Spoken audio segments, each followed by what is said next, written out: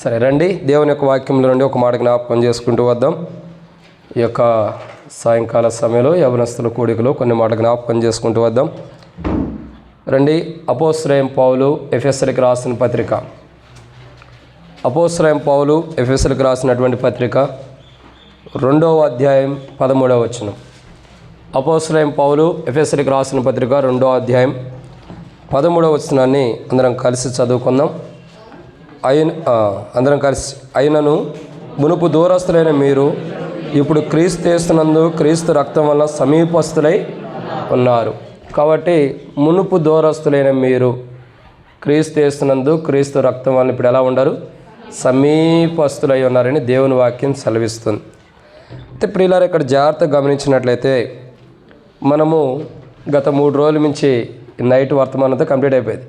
3 రోజుల నుంచి కొన్ని మాటలు జ్ఞాపకం చేసుకుంటూ వస్తున్నాం. ఏంటి ఆ థీము? క్రీస్తు పూర్వము, క్రీస్తు శకం. కాబట్టి క్రీస్తు పూర్వం, క్రీస్తు శకం. క్రీస్తు పూర్వంలో ఎలాంటి అనుభవం ఉందా? క్రీస్తు పూర్వంలో ఉండే కానీ పనికిరాని అనుభవాలు. క్రీస్తు శకంలో ఎంతో ఆశీర్వాదంతో కూడిన జీవితం ఉంది. కాబట్టి దేవుని యొక్క వాక్యాన్ని చూసినట్టయితే ఒక మాట జ్ఞాపకం చేసుకుంటూ వద్దాం. ఏంటి మాట అంటే, క్రీస్తు పూర్వం నుండి యవనస్తుడు, క్రీస్తు శకంలోకి వచ్చిన యవనస్తుడు. అర్థమవుతుందండి? ఇది కూడా క్రీస్తు పూర్వమే. క్రీస్తు పూర్వం నుండి యవనస్తుడు, క్రీస్తు శకంలో ఉండే యవనస్తుడు, ఇద్దరి మధ్యలో ఉండే వ్యత్యాసం ఏంటి మీకు అర్థమవుతుందండి? క్రీస్తు పూర్వం నుండి యవనస్తుడు, క్రీస్తు శకంలో ఉండే యవనస్తుడు, ఇద్దరి మధ్యలో చాలా వ్యత్యాసం ఉంది. ఇద్దరి మధ్యలో ఏముంది? చాలా వ్యత్యాసం ఉంది. ఆ వ్యత్యాసాన్ని ఈరోజు మనం చూస్తాం. క్రీస్తు పూర్వం ఉండే వ్యక్తి, క్రీస్తు శకంలో ఉండే వ్యక్తి, ఇద్దరి మధ్యలో ఉన్నటువంటి వ్యత్యాసం. దేవుని కొందనాలు. ఆ ఫ్యాన్లు అయ్యా రాసుకున్న పూటలన్నీ కారిపోయేటట్టుండి. కాబట్టి దేవుని యొక్క వాక్యాన్ని చూస్తున్నట్టయితే ఈ ఫ్యాన్ తగ్గించేసి పూర్తిగా కొద్దిగా తగ్గించు. ఇంకా అంతేనా? లాస్ట్ అది ఓకే. కాబట్టి దేవుని యొక్క వాక్యాన్ని చూసినట్టయితే దేవుడు ఎంత మంచివాడో చూడండి. కాబట్టి మీరు ఇబ్బంది పడకూడదని, చెమట రాకూడదని దేవుడు ప్రేమించి మీకు త్వరగా కరెంటును కూడా ఇచ్చాడు. దేవుని కొందనాలు చెప్పాలి. సరే, దేవుని యొక్క వాక్యాన్ని చూసినట్టయితే ఒక మాట చూస్తున్నాం. క్రీస్తు పూర్వం యవనస్తులు, క్రీస్తు శకంలో యవనస్తులు, ఇద్దరి మధ్యలో ఉన్న వ్యత్యాసం ఏంటి అని అంటే కొన్ని విషయాలు చూడొచ్చు. సహజంగా మనం మందిరంలో ఏం చేస్తామంటే, పాట పాడేటప్పుడు అందరిని ముందర జరగమంటాం. మీరు వెనక జరగను. కొద్దిగా ఏం చేయాలి? మీరు వెనక జరగని. మీ మొక్కలు నాకు కనపడాలి, వాళ్ళకంటే మీ ఎక్కువ కనపడాలి ఇప్పుడు. ఎందుకంటే యవనస్తులు కాబట్టి వాక్యం అసలు ఎట్టంటున్నారో ఏంటన్నది. ఒక అక్కే ఉందా? సరే అక్క, వెనక జరుగును కూడా. కాబట్టి దేవుని యొక్క వాక్యాన్ని జాగ్రత్త చూద్దాం. ఎందుకంటే ఎవరైనా ఉండారా? ఆ తలకాయని కూడా వెనక జరగమని.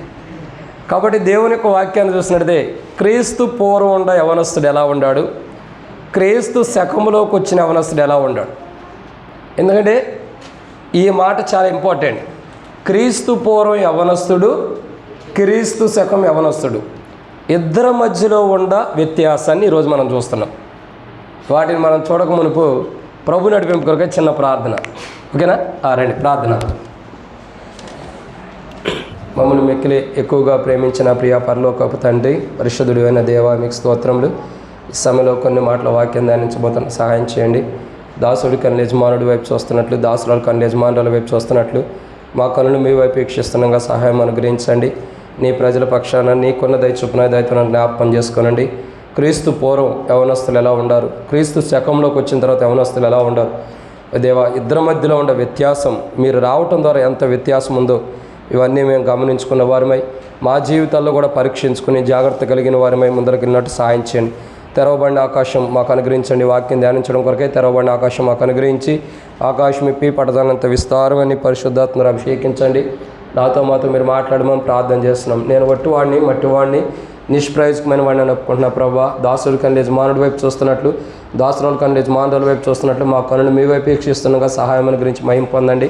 దయచేసి నీ ప్రజల పక్షాన నీకున్న దయ చొప్పున దయతను జ్ఞాపకం చేసుకుని మరొకసారి నేను వట్టివాడిని మట్టివాడిని నిష్ప్రయోజకమైన వాడిని గాలి వంటి ధూళి వంటి వాడిని నేను ఒప్పుకుంటూ ఎందుకు పనికిరాని వాడిని నేను ఒప్పుకుంటూ కింద కూర్చున్న వారికంటే ఏ మాత్రం నేను యోగ్యత లేని వాడిని ఒప్పుకుంటూ కింద కూర్చున్న నీ ప్రజలకి నీ ప్రజల పక్షాన నీకున్న దయ చొప్పున వాక్యాన్ని అనుగ్రహించి మహిమ పొందమని నాతో మీరు మాట్లాడి దేహ బలహీనతలన్నింటిని కూడా తొలగించి నేను బలహీనుడే మీరు బలపరిచి వాడుకుని మహిమ పొందమని నాతో మీరు మాట్లాడమని వాక్యం అంతా దీవించమని దేవా వాక్య వెలుగులో మా జీవితాన్ని సరిచేయమని ముందున్న సమయం అంతా దీవించమని వచ్చిన వారిని బట్టి స్తోత్రాలు రావాల్సిన వారు ఎవరైనా ఉంటే మధ్య మార్గం ఉంటే సకాలంలో నడిపించి శత్రు సిగ్గు మీకు మహిమ తెచ్చుకొని ముందున్న సమయం దీవించమని క్రీస్తు పూర్వం క్రీస్తు శకంలో ఇద్దరి మధ్యలో యవనస్తులు ఉండరు ఇద్దరి మధ్యలో ఉండే వ్యత్యాసం ఏంటో చూడటానికి సహాయం చేసి మీ నడిపింపుని దయచేయమని ప్రభు అయిన యేసుక్రీస్తు నామం పేరిట విశ్వాసంతో స్తుతించి ప్రార్థించి అడిగేడుకుంటున్నాము తండ్రి ఆమేన్. ఇప్పుడు మీరు సహజంగా చెప్పుకోవచ్చు ఇవి 2 వర్తమానాలు. ఎన్ని వర్తమానాలు? 2. ఒక వర్తమానానికి ఎంత సమయం పడుతుంది? మ్యాక్సిమం 1 గంట అన్నా పడుతుంది. ఇప్పుడు 2 వర్తమానాలకు ఎంత టైం పట్టాలా? ఈ 2 గంటలు అయిపోతే ఇంకో పాట పాడుకుంటే నైట్ మీటింగ్లోకి వెళ్ళిపోతాం. సో అంత టైం కుదరదు. మేము కూడా కొద్ది రెస్ట్ తీసుకోవాలి కాబట్టి మళ్ళీ నైట్ ప్రయాణం ఉంది కాబట్టి త్వరగా ముగిస్తాం. మా మందిరంలో ఏంటంటే ఈ మాట అసలు నమ్మరు. ఏ మాట? త్వరగా ముగిస్తానన్నమాట. ఆ మాట చెప్పారంటే అది అవదయ్యా అంటారు ఖచ్చితంగా. సరే, దేవుని చిత్తం మీ దగ్గర ఉన్న త్వరగా ముగిస్తామేమో చూద్దాం అన్నా. మీరు కూడా నమ్మట్లేదు. ఇంకా దేవునికి వందనాలు. అయితే ఇంకెక్కువసేపు చెప్పచ్చు. కాబట్టి దేవుని యొక్క వాక్యం చూసినట్టే క్రీస్తు పూర్వం యవనస్తుడు, క్రీస్తు శకంలో ఉన్న యవనస్తుడు, ఇద్దరి మధ్యలో ఉన్న వ్యత్యాసం ఏంటి? ఎందుకంటే మనం ఎలా ఉంటామని ప్రశ్నించుకోవాలి. ఏ యవనస్తుడిలాగా? క్రీస్తు పూర్వం యవనస్తుడిలాగా ఉన్నామా? క్రీస్తు శకంలో యవనస్తుడిలాగా ఉన్నామా? అంటే ఇద్దరి మధ్యలో కొంత వ్యత్యాసం ఉంది. మనం ఎలా ఉంటాం ప్రశ్నించుకోవాలి. రండి, క్రీస్తు పూర్వం యవనస్తుడి గురించి ఒక 7 విషయాలు చూద్దాం. క్రీస్తు శకంలో ఉండే యవనస్తుడి గురించి ఒక 7 విషయాలు చూద్దాం. అయితే ఇద్దరి సంగతి ఒకే కోణంలో వెళ్దాం. ఇద్దరిది ఏం చేద్దాం? ఒకే అనుభవంలో వెళ్దాం. ఇక్కడ ఇద్దరు కోణాలు ఎలా ఉండేవో ఒకసారి మీరు పరీక్షించుకుందరు రండి. లేదంటే ఎవరికవడ సపరేట్గానే ధ్యానిద్దాం. క్రీస్తు పూర్వం ఉండే యవనస్తుడు మొదట మనం చూద్దాం, ఎందుకంటే వాళ్ళే మొదటి కాబట్టి. క్రీస్తు పూర్వం ఉండే యవనస్తుడు రండి. మొదటి రాజుల గ్రంథము 12వ అధ్యాయం. మొదటి రాజుల గ్రంథము 12వ అధ్యాయం మనం చూసినట్లయితే క్రీస్తు పూర్వం ఉన్న యవనస్తుడు. మొదటి రాజుల గ్రంథం 12వ అధ్యాయము మొదటి వచనం, మొదటి 2 వచనాలు చదువుదాం. అందరం కలిసి పెద్దగా చదువుదాం.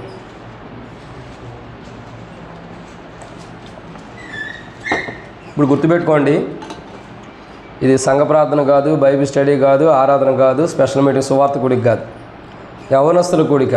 బైబిల్ ఎవరు చదవాలా? అది మీరు గుర్తుపెట్టుకోండి. మీరు చదివారంటే మీరు కూడా యవనస్తులేక. కాబట్టి ఎవరు చదవాలన్నది మొదటే చెబుతున్నా, ఇది మటుకు మర్చిపోకుండా చెబుతున్నా. కాబట్టి యవనస్తులు చదవాలి. ఎంత స్పీడ్గా చదువుతారో, బ్రదర్స్ ఎక్కువ చదువుతారో, సిస్టర్స్ ఎక్కువ చదువుతారో, పెద్దోళ్ళు కౌంటింగ్ చేయండి. అట్లని చెప్పి సిస్టర్స్ ఒకటి చదివితే 2 పాయింట్లు వేయొద్దు సిస్టర్స్. కాబట్టి ఎవరు ఎక్కువ చదువుతారనేది కౌంటింగ్ చేయండి. లాస్ట్లో ఏం చేయాలన్నది చెబుతాం, సరేనా? రండి, దేవుని యొక్క వాక్యాన్ని చూసినట్లయితే క్రీస్తు పూర్వం యవనస్తుడు ఎలా ఉన్నాడు? మొదటి రాజుల గ్రంథం. అసలు ఈ యవనస్తుడు ఎవరు? మొదటి రాజుల గ్రంథం 12వ అధ్యాయం మొదటి వచనం. రెహబామునకు పట్టాభిషేకం చేయుటకు ఇశ్రాయేలు అందరూ షెకెమునకు రాగా రెహబాము షెకెమునకు పోయెను. నేబాతు కుమారుడైన యెరోబాము రాజైన సొలొమోను నద్ద నుండి పారిపోయి ఐగుప్తులో నివాసం చేయుచుండెను. యెరోబాము ఇంకా ఐగుప్తులో నుండి ఆ సమాచారము వినెను. కాబట్టి ఇక్కడ ఒక యవనస్తుడిని చూస్తున్నాం. ఎవరి యవనస్తుడు? రెహబాము. ఎవరండి? రెహబాము. రెహబాము అనే వ్యక్తి ఎవరు? సరే, రెహబాము యొక్క తాత ఎవరు? మీరు యవనస్తులా? చెప్పేది యవనస్తులేనా? వృద్ధులా? యవనస్తులు చెప్పాలి. సొలొమోను యొక్క కుమారుడు ఎవరు?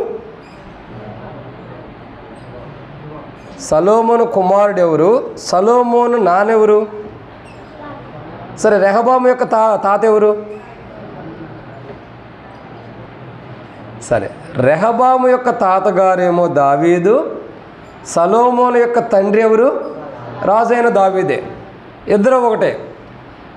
కానీ దావీదు రాజు యొక్క గుణ లక్షణాలు ఇద్దరిలో ఒక్కడికి రాలా. ఎవరికి రాలేదు? ఇద్దరిలో ఒక్కడికి రాలా. నా హృదయానుసారుడని దావీదు గురించి దేవుడు అంత గొప్పగా చెబుతుంటే, దావీదు లాంటి జీవితం కానీ, దావీదు రాజు లాంటి అనుభవం కానీ తల్లిదండ్రుల్లో ఇద్దరికి రాలా. ఏ తల్లిదండ్రులకి? దావీదు రాజుకి కాదండి.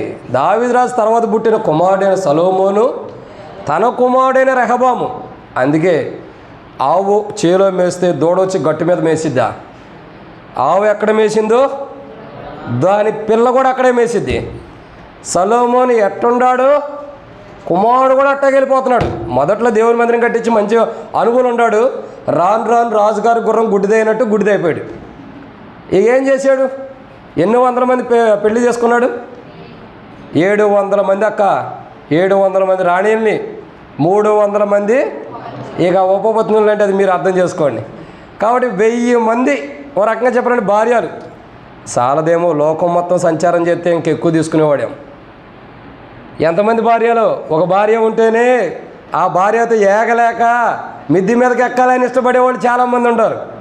1000 మందితో ఎట్ట ఎక్కాడు అయ్యగారు. సరే, ఆయన సంగతి వద్దు, ఆయన చాప్టర్ అంతా తర్వాత ఉంది. ఆయన కుమారుడైన రెహబాము గురించి చూస్తున్నాం. ఈయన ఎట్టవాడు? ఈయన చాలా మంచోడు. ఎంత మంచోడు ఇప్పుడు చూద్దాం. కానీ మంచోడు అంటే ఏం చేశాడో తెలిసింది కదా, అదంతా ఇప్పుడు చూద్దాం. రెహబాము యొక్క జీవితంలో 7 విషయాలు ఉన్నాయి. యవనస్తుడు. ఎవరు? యవనస్తుడు. కొంతమంది సొలొమోను దినాల్లో కొన్ని బరువులు మోస్తూ భారాన్ని భరిస్తున్నటువంటి కొంతమంది సొలొమోను రోజు చనిపోయిన తర్వాత రెహబాము రాజు అయినప్పుడు రెహబాము దగ్గరికి వచ్చి అడుగుతారు, అయ్యా నీ తండ్రి మా మీద ఇలా బరువు పెట్టాడు, మరి ఆ బరువు నీకు ఇష్టమైతే తీసేయి అని చెప్పి అడిగితే, నేను తర్వాత 3 రోజులు ఆగి రమ్మంటాడు. 3 రోజులు కొన్ని రోజులు ఆగి రమ్మంటాడు. సరే, 3 దినాల తర్వాత రమ్మన్నప్పుడు 3వ దినమందు వాళ్ళు వస్తారు. ఈలోపు అయ్యగారు ఏం చేశాడు? తనతో పాటు ఉంటే పెద్దలను అడిగాడు, మరి ఇలా బరువు తీసేయాలా వద్దని. వాళ్ళందరూ సహజంగా ఆలోచించేయమన్నారంటే, సరే ఇంతకాలం నీ తండ్రి దగ్గర మోస్తూ వచ్చారు కదా ఈ భారము, నీ దగ్గరకు వస్తే తీసేస్తే కొద్దిగా మంచి జరిగిద్ది అన్నట్టుగా చెబుతూ వచ్చారు. ఇప్పుడు ఈయనేం చేశాడు? ఈ పెద్దలు చెప్పిన మాటలు పక్కన పెట్టాడు. 2వ ఆప్షన్ తీసుకున్నాడు. ఎవరు ఆప్షను? నువ్వేందా ఆ చివరి ఉండవు ఇట్రా. 2వ ఆప్షన్ ఏంటి? నీ పక్కన ఆయన కూడా తీసురా. 2వ ఆప్షన్ ఏంటంటే తన స్నేహితులు. ఎవరండి? తన స్నేహితులను కూడా అడుగుతూ వచ్చాడు. పెద్దలను అడిగారు. పెద్దలేమో ఆ భారం తీసేయటం మంచిది అన్నట్టుగా, సమమే అన్నట్టుగా సమాధానం ఇచ్చారు. తన స్నేహితులు ఉంటారు. ఎవరు?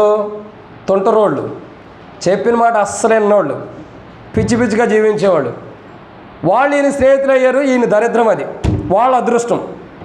కాబట్టి ఏం చేశారు? అడుగుతూ వచ్చాడు. పెద్దలను అడిగేశాడు. పెద్దలు న్యాయవంతమైనటువంటి తీర్పు చెప్పారు. సరే మీరు బోండి అని చెప్పాడు. పోయారు. ఇప్పుడు స్నేహితులను పిలిచి అడుగుతున్నాడు.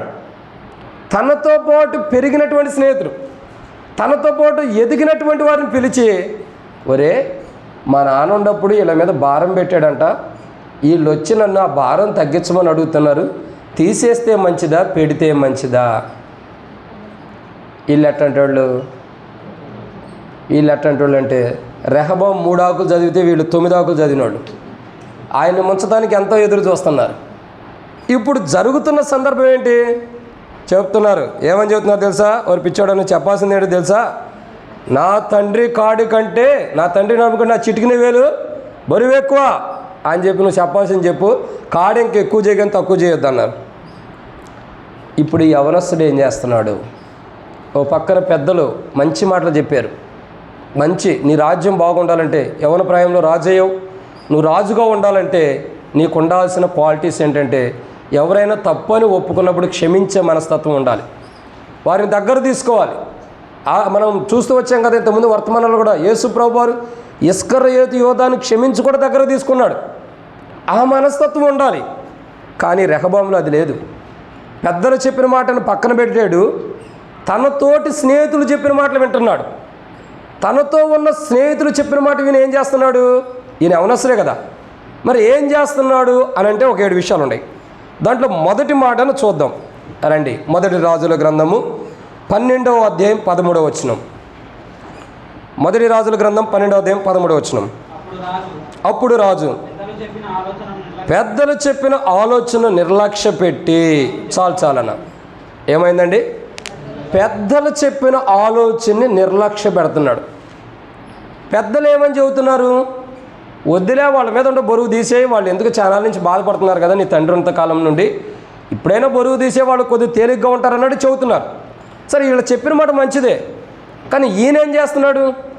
పెద్దలు చెప్పిన మాటలు కాదని పెద్దలు ఏవైతే ఆలోచన చెప్పారో అవి నిర్లక్ష్య పెడుతున్నాడు. అంటే వాటిని మనసుకు తెచ్చుకోవట్లా, అవి మనసులో పెట్టుకోవట్లా. పెద్దలు చెప్పిన మాటలు ఎలా ఉండి, ఎలాంటి మాటలు చెప్పారు, వాటి ద్వారా నాకు భవిష్యత్తులో ఏం మేలు జరిగిద్ది, అదంతా ఆలోచిస్తల్లా. ఈ పెద్దలు చెప్పిన మాటలు కరెక్టేనే కావన్నట్టుగా నిర్లక్ష్య పెడుతున్నాడు. అంటే పెడచెవిన పెట్టిన అనుభవం, పెడచెవిన పెట్టిన అనుభవం అంటే చెప్తున్న విననటువంటి అనుభవం. ఇది కాదు నాయనా, నీకు మేలు జరగాలంటే వాళ్ళ మీద ఉన్నటువంటి భారాన్ని తీసేయి, ఎన్నో దినం నుంచి భారం భరిస్తున్నారు, తీసేయమంటే ఆ భారం ఇంకా ఎక్కువ చేస్తాడు కానీ తీసేయడానికి ఇష్టపడతలే. దీనికి కారణం ఎవరు? పెద్దలేమో భారాన్ని తీసేయమంటున్నారు, తన స్నేహితుడు మాట అంటున్నాడు, విని పెద్దల మాటలను పెడచెవిన పెట్టాడు. ఈరోజు చాలామంది యవనస్తులు తల్లిదండ్రులు కానీ సంఘంలో పెద్దలైన సేవకులైన ప్రాముఖ్యంగా ఆత్మీయ తల్లిదండ్రులు వాళ్ళు చెప్పే మాటలు చాలామంది పెడచెవిన పెట్టేవాళ్ళు ఉంటారు. పెడచెవిన పెట్టేవాళ్ళు ఉంటారు. ఏమని? ఆ సేవకుడు అట్టా చెబుతాడు, ఆయన అట్టా చెబుతూ ఉంటాడు, ఎప్పుడు ఇంటికి వెళ్ళినా కానీ ఎప్పుడు మందిరానికి వెళ్ళినా ఇదే చెబుతూ ఉంటాడు, ఇట్టాగే చెబుతాడు, ఆ పని చేయమంటాడు, ఈ పని చేయమంటాడని ఏదో ఒకటి. అంటే పెడచెవిన పెట్టే మనస్తత్వం క్రీస్తు పూర్వం యవనస్తుల్లో ఉంది. పెద్దలు చెప్పే ఆలోచన నిర్లక్ష్యపరిచే మనస్తత్వం క్రీస్తు పూర్వం యవనస్తుల్లో ఉంది. క్రీస్తు పూర్వం యవనస్తుడు పెద్దలు చెప్పే మాటని నిర్లక్ష్యపరుస్తున్నాడు. అంటే మనసులోకి తీసుకోవట్లా, వాటిని ఏం చేస్తున్నాడు? ఈ చెవితో విని ఈ చెవితో వదిలేయాల్సినవి వదిలేయట్లా, అవసరమైన వాటిని వదిలేస్తున్నాడు. మనం కూడా చూడండి, పనికిమాలిన వాటిని చెవుల నిండా పెట్టుకుంటాం, పనికొచ్చే దేవుని మాటల్ని ఎట్టా విత్తుతూ ఉంటే అట్ట వచ్చి సాతానుడు ఎత్తుకెళ్ళిపోతాడు. అదే కదా వాక్యం ఉంది. పిడికిటి విత్తనాలు తీసుకుని ఎత్తుకెళ్ళి విత్తుతుంటే ఏమవుతుంది? త్రోవ పక్కన పడిపోతున్నాయి, అప్పుడే ఎమ్మటే వచ్చి కాకొచ్చి ఎత్తుకెళ్ళిపోతుంది. ఇంత వర్తమానం 7 పాయింట్లు విత్తుతాం, ఇప్పుడు 14 పాయింట్లు. వాళ్ళని అడగండి, అసలు మొదటి పాయింట్ ఏంటో కూడా వాళ్ళకి అసలు గుర్తుండదు. ఎందుకు? కానీ చివరి పాయింట్ అని చెప్పి గుర్తుండదు అంటే అప్పుడు వాళ్ళు ఆలోచించాల్సి వచ్చింది. ఎప్పటికైనా మీరు రాసుకోండి, కనీసం పేపర్ల మీద అన్న, పేపర్లు చూసన్నా చెబుతురు. కాబట్టి యవనస్తుడు మొట్టమొదటి తాను చేస్తున్న తప్పు. క్రీస్తు పూర్వం యవనస్తుడు ఎలా ఉన్నాడంటే పెద్దల మాటలు నిర్లక్ష్య పెట్టాడు. 2, క్రీస్తు పూర్వం యవనస్తుడు ఎలా ఉన్నాడు రండి. మొదటి రాజుల గ్రంథం 12వ అధ్యాయం 13వ వచనం.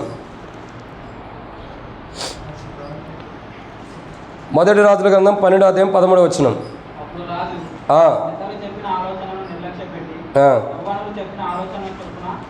ఆగండి. ఇప్పుడు పెద్దలు చెప్పిన ఆలోచనను ఏం చేశాడు? నిర్లక్ష్యం చేశాడు. రెండోదికి ఏం చేస్తున్నాడు? క్రీస్తు పూర్వం యవనస్తుడు తనతోటి యవనస్తులు చెప్పిన ఆలోచన చొప్పున, అంటే తనతోటి యవనస్తులు చెప్పిన మాట వింటున్నాడు, పెద్దలు చెప్పిన మాట వింటున్నా. పెద్దలు మంచి మాటలు చెబితే ఆ మంచి మాటలను పెడచెవిన పెట్టేశాడు. తనతోటి స్నేహితుడు ఏం చెప్పాడో అవి వింటున్నాడు. తనతోటి స్నేహితులు చెప్పడానికి వాడికేం తెలుసు? వాళ్ళకేం తెలుసు చెప్పడానికి? వాళ్ళ జీవితాల్లో వాళ్ళ కుటుంబాలు ఏమైనా రాజులు ఉంటారా? లేదా రాజ్యాన్ని ఎలా పరిపాలించాలో వాళ్ళకి తెలుసా? తోటి స్నేహితులు చెబుతుంటే వాళ్ళ మాట వింటున్నాడు. ఒకటి ఇట్టాగే అన్నాడు బైబిల్లో, చెప్పుడు మాటలేని జీవితం మొత్తం కూడా ఏమైపోయింది? మీరే చెప్పండి. ఎందుకు పనికి రాకుండా పోయింది? ఇంకో మాట ఉంది, అది ఇక్కడ చెప్పకూడదు. ఎందుకు పనికి రాకుండా పోయింది? ఒకడున్నాడు, తండ్రితో కొట్లాడాడు, గొడవలు పెట్టుకున్నాడు, నా ఆస్తి నాకు ఇమ్మని అడిగాడు, ఆస్తి అంతా తీసుకెళ్ళిపోయాడు. స్నేహితులు వచ్చారు, అరే ఈ జూదం ఆడదావరా, ఈ గుర్ర పందేలేద్దావరా, అదిరా ఇదిరా అని చెప్పి మొత్తం ఆవచేశారు.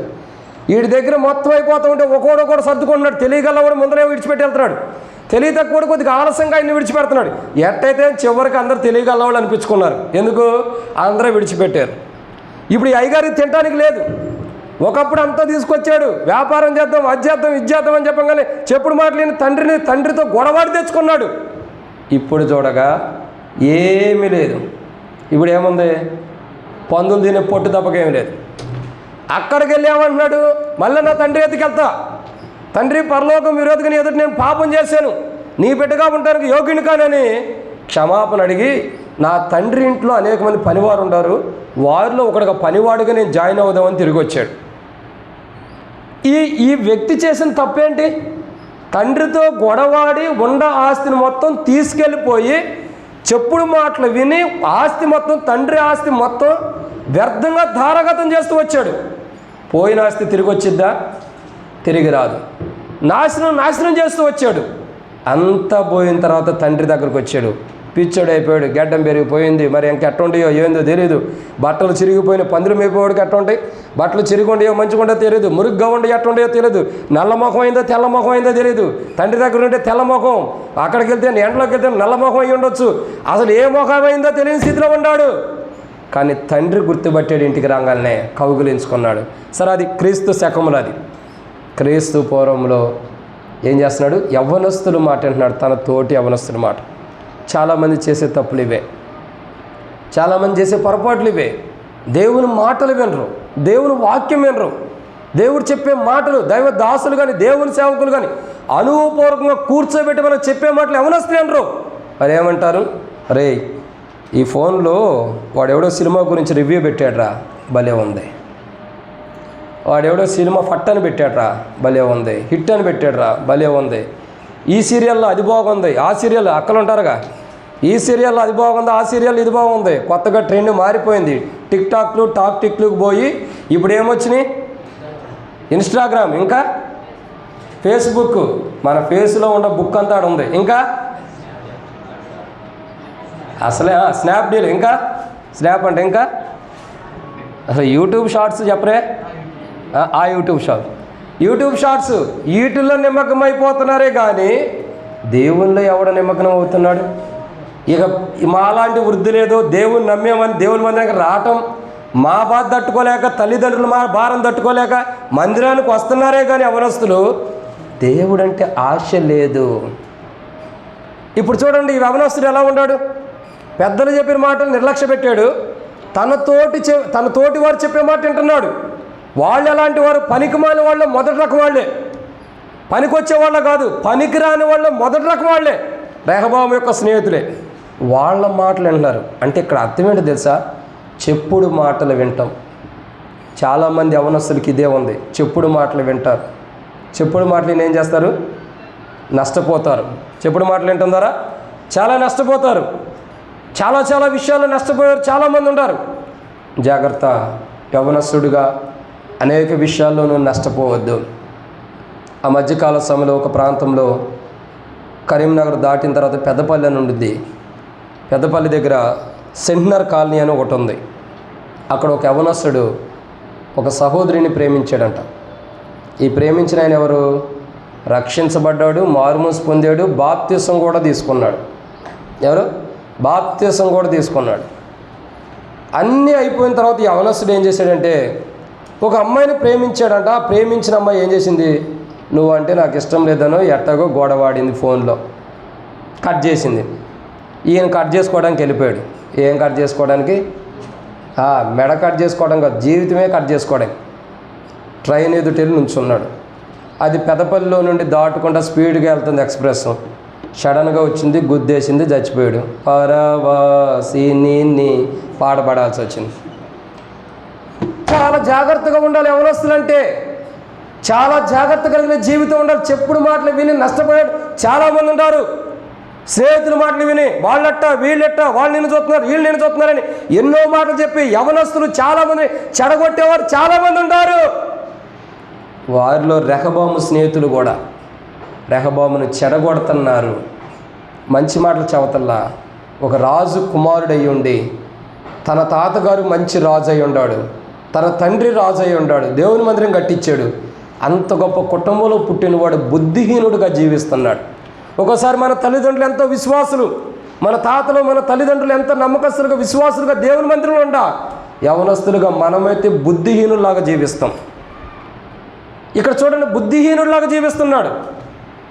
తండ్రి తన తాత దేవుడంటే ఎంతో భయభక్తులతో కొనసాగించినంతకాలం కొనసాగించారు. కానీ ఈ యొక్క యవనస్తుడి జీవితం చూడగా బుద్ధిహీనమైన జీవితం, చెప్పుడు మాటలు, స్నేహితుల మాటలు వింటున్నాడు, నష్టపోతున్నాడు. క్రీస్తు పూర్వం మానవుడు యవనస్తుడు ఎలా ఉండేవాడంటే పెద్దల మాటలు లక్ష్య పెట్టేవాడు కాదు. 2, తన తోటి యవనస్తుల మాటలు వినేవాడు. 3, క్రీస్తు పూర్వం యవనస్తుడు ఎలా ఉంటాడు చూడండి. 1 రాజుల గ్రంథం 12వ అధ్యాయం 13వ వచనం.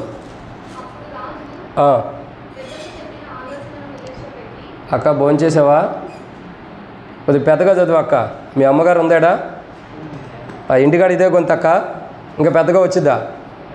సరే పెద్దగా చదువమ్మా, రేపు ఎక్స్పీరియన్స్ ఉంటే రేపు ఉపయోగపడిద్ది. పెద్దగా చదవండి.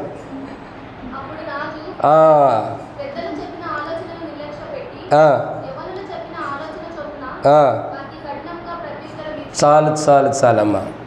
కానీ 3వదిగా ఈ యవనస్తుడు, క్రీస్తు పూర్వ యవనస్తుడు చేస్తున్న 3వ పని ఏంటి తెలుసా? కఠినముగా ప్రత్యుత్తరం ఇస్తున్నాడు. ఒక మాటలో చెప్పాలంటే కఠినముగా ప్రవర్తించేవాడుగా ఉన్నాడు. ఎలా ప్రవర్తిస్తున్నాడు? కఠినముగా.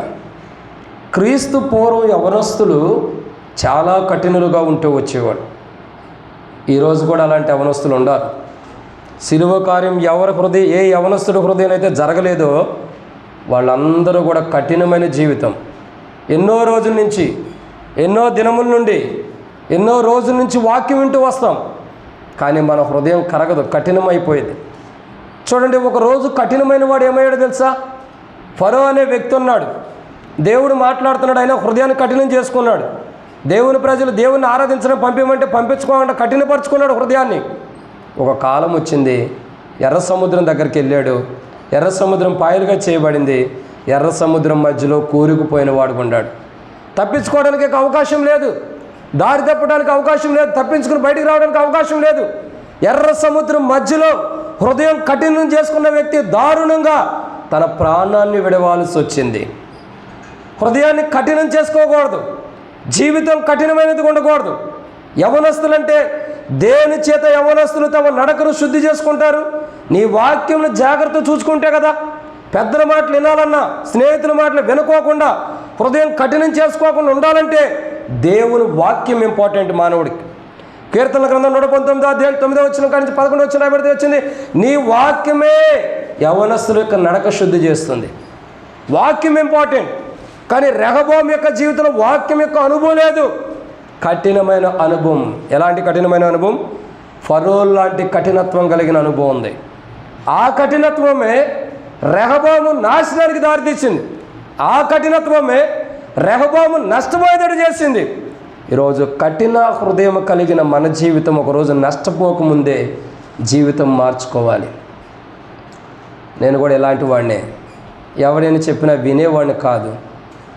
ఒకానొక రోజు డిసెంబర్ 18, 2011 ఆదివారం రోజు, అది నా భౌతికమైన పుట్టినరోజు.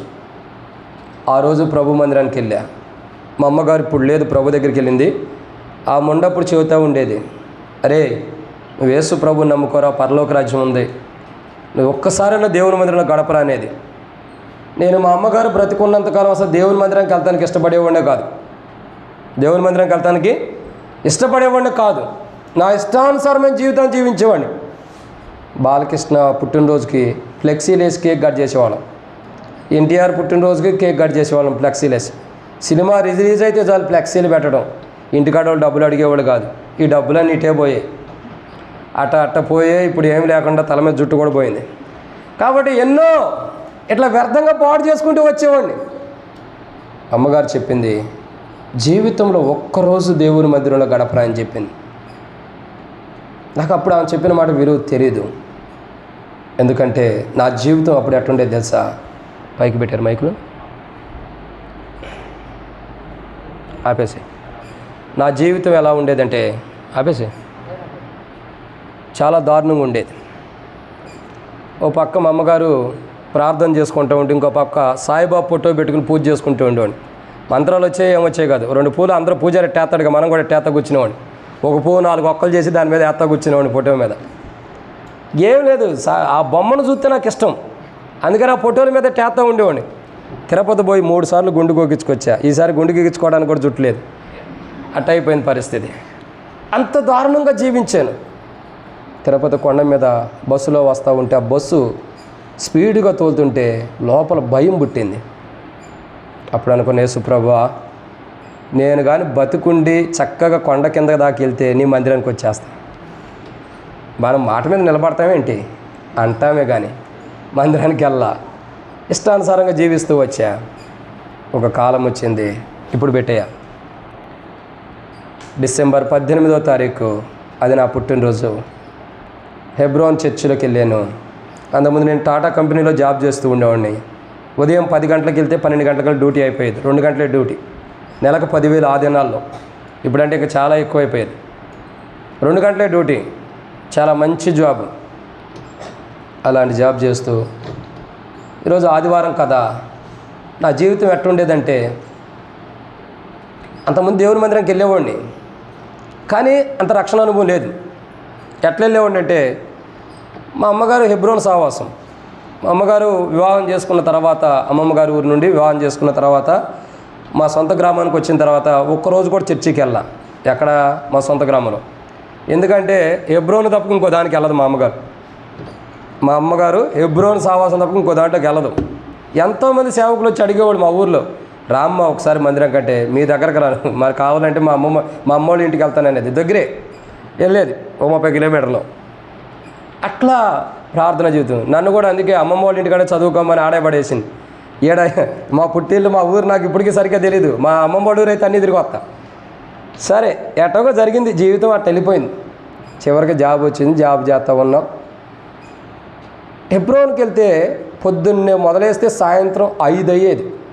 3 వర్తమానాలు అయ్యేసరికి ఆరాధన, టేబుల్, ఫైనల్ మెసేజ్ మ్యాక్సిమం 4 అయ్యేది, 3:30, 4. మళ్ళీ వీళ్ళు సువార్త అనేవాడు. ఆ వీధిలో మొత్తం సువార్త తిరిగి వచ్చేదానికి 5, 5:30. అప్పుడు భోజనాలు పెట్టేవాడు. మళ్ళీ 6:30, 7 గంటలకు కూడిక. ఈ బాధ మనం పడలేం.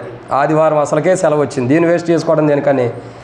ఇట కాదని చెప్పి ఏం చేసేవాడిని అంటే, ఒక సిఎస్ఐ చర్చి ఉంది, దానికి వెళ్ళేవాడిని హైదరాబాద్లో, అబిడ్స్లో. అది ఎట్లా అంటే ఏదో నామకే వాస్తే. నేను వెళ్ళేసరికి బల్ల తీసుకునేవాళ్ళు, ఎవరి కాళ్ళే, ఎవరు ముక్కాళ్ళు తెచ్చుకోవటం, అక్కడ ఎవరు గ్లాసులు తెచ్చుకునేవాళ్ళు. నేనేం చేసేవాడిని, వెళ్ళి ఆపటే చూసేవాడిని, ఆ గ్లాసులు తెచ్చుకుంటున్నారు, మొక్కలు తెచ్చుకుంటున్నారు, టైం అయిపోయింది. మనం వెళ్ళి ఏం చేయాలా, దేవుని మందిరానికి ఈరోజు వచ్చాను, కానుకేసాను అన్నది మన గుర్తింపు. ఆ చర్చికి వెళ్ళొచ్చాక అంతే. మొత్తం మళ్ళీ యథాస్థితిగా తథాస్థితి తిరగవచ్చు. నక్లేస్ రోడ్లు కానీ, ట్యాంక్ బండ్ కానీ ఇష్టానుసారంగా తిరగవచ్చు. ఎవరో స్నేహితులు లేరు, ఒక్కడిని వెళ్ళి నక్లేస్ రోడ్లు ఎట్ట కూర్చునేవాడిని. అందరూ ఏమో జంటలకు వస్తే నేను ఒక్కడిని ఎట్ట కూర్చునేవాడిని. నా జీవితం ఇంతేనేమో అనుకునేవాడిని. అదే యవనస్తుడికి అదేగా కోరిక. ఆవిడ అట్టగా ఉండేవాడిని. ఏం లేదు, చివరికి ఆడ చూసి కాసేపు గడ్డి మీద పడుకుని దేవా నీకు వందనాలు అనుకుని ఆ యొక్క మురుగు వాసన వచ్చే డ్రైనేజ్ని చూసుకుని కాసేపు బుద్ధి నిగ్రహం చూసి సర్లే అని చెప్పి చక్కగా తిరిగి వచ్చేవాడిని. ఇది నా జీవితం. సరే, ఒకరోజు డిసెంబర్ 18 వచ్చింది. ఈరోజు ఆదివారం. ఆ రోజు నాకు గుర్తొచ్చింది, ఉదయం తలస్నానం చేస్తుంటే ఈరోజు హెబ్రోన్కి వెళ్ళని గుర్తొచ్చింది. ఎందుకంటే ఆ రోజు నా బర్త్డే కదా. హెబ్రోను బొమ్మ ఈరోజల్లా దేవుని మందిరంలో గడపాలని. మా అమ్మగారు అప్పటికి చనిపోయారు. సరే, చనిపోయిన తర్వాత సరే మా అమ్మగారు చెప్పింది కదా, మా ఆత్మ కన్నా మా శాంతి ఉండిద్దేమో, ఈరోజల్లా మందిరంలో గడుపుదామని వెళ్ళకముందు అంతకుముందు కూడా హెబ్రోన్కి వెళ్తూ ఉండేవాడిని. ఎట్లా వెళ్ళేవాడిని అంటే, ఇలాంటి బైబిల్ ఒకటి ఉండేది, అది ఎర్రగా ఉండేదిలేండి. అప్పుడు 100 రూపాయలకే బైబిల్. ఆ బైబిల్ తీసుకుని ఇప్పుడు అది 300 రూపాయలు దాటింది. శనివారం రాత్రి జాబ్ చేస్తున్నాం కదా,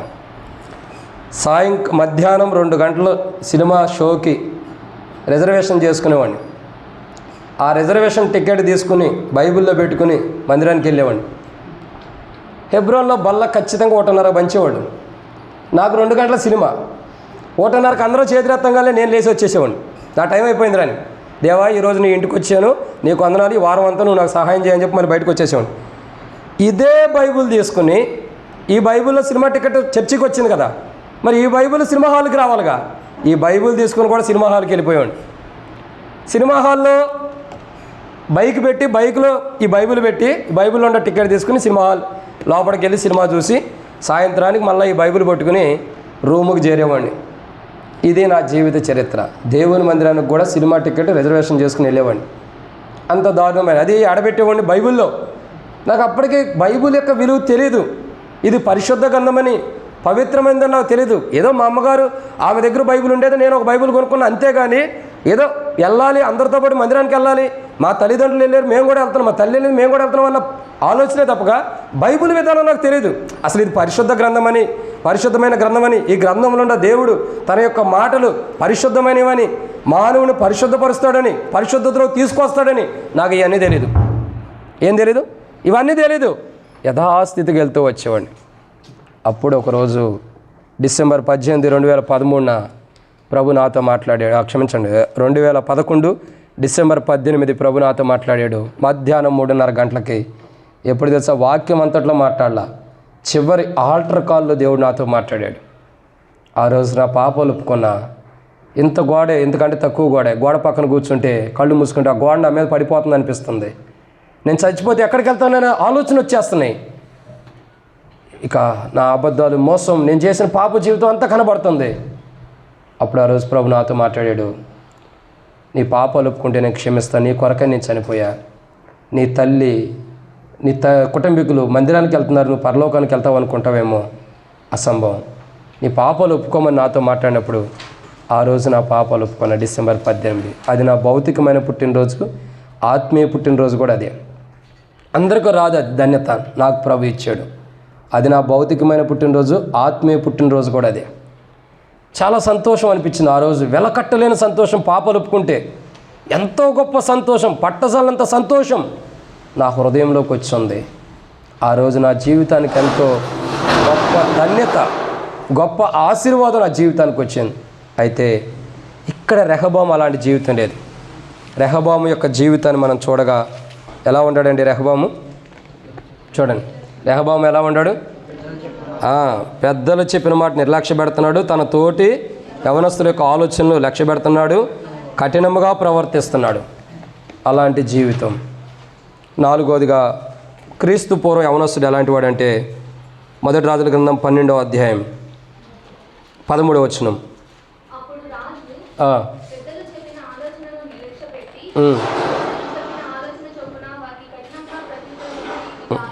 అది ఏం చేస్తున్నాడండి? ఎందుకు నాన్న దానికి అదుపుతున్నా, వదిలే. ఏం చేస్తున్నాడు? ఆజ్ఞాపిస్తున్నాడు, ఆజ్ఞలు ఇస్తున్నాడు. ఆజ్ఞాపించే ఆజ్ఞ కరెక్ట్ ఏంది ఇస్తున్నాడా? సరైన ఆజ్ఞ ఇవ్వట్లా. కాబట్టి పూర్వం, క్రీస్తు పూర్వం యవనస్తులు ఎలా ఉండేవాళ్ళు అంటే తమకిష్టమైన ఆజ్ఞలను ఆజ్ఞాపించేవాళ్ళు. అంటే తమకిష్టమైన ఆజ్ఞలు అంటే తమకిష్టమైన జీవితాన్ని జీవించేవాడు. దేవునికి ఇష్టమైన జీవితాన్ని కాదు, దేవుడు కోరుకున్న జీవితాన్ని కాదు, వారికి ఇష్టమైన జీవితం, వారికి కావలసిన ఆజ్ఞల్ని, అంటే వారికి ఇష్టమైనటువంటి జీవితాన్ని మానవుడు జీవిస్తూ వచ్చేవాడు.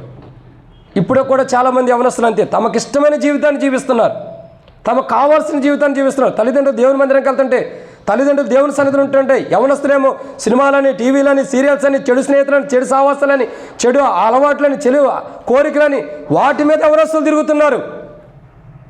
చాలామంది తమకిష్టమైన మార్గానికి వెళ్ళిపోతున్నారు. ఇక్కడ రెహబాము చేసింది అదే, తనకిష్టమైన పని చేస్తున్నాడు, ఇష్టమైన ఆజ్ఞలు ఇస్తున్నాడు. ఎన్నో మాట ఇది? 5వదిగా కరెంటు పోయింది కాబట్టి త్వరగా ముగిద్దాం. కరెంటు కూడా జీవితం త్వరగా ముగించమని. మొదటి రాజుల గ్రంథం 12వ అధ్యాయం 5వ మాట 14వ వచనం. నా తండ్రి అదే ఏమంటున్నాడు?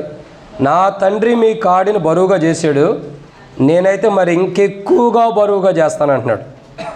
నా తండ్రి మీ మీద కాడి బరువుగానే పెట్టాడు, కానీ నేను పెట్టే బరువు ఎలాంటిదంటే దానికంటే ఎక్కువ. ఎలాంటిదంటే నా తండ్రి నడుము నా చిటికిన వేలు రెండో ఒకటే. అంటే ఎంత గొప్ప అనుభవం చెప్తున్నాడు చూడండి.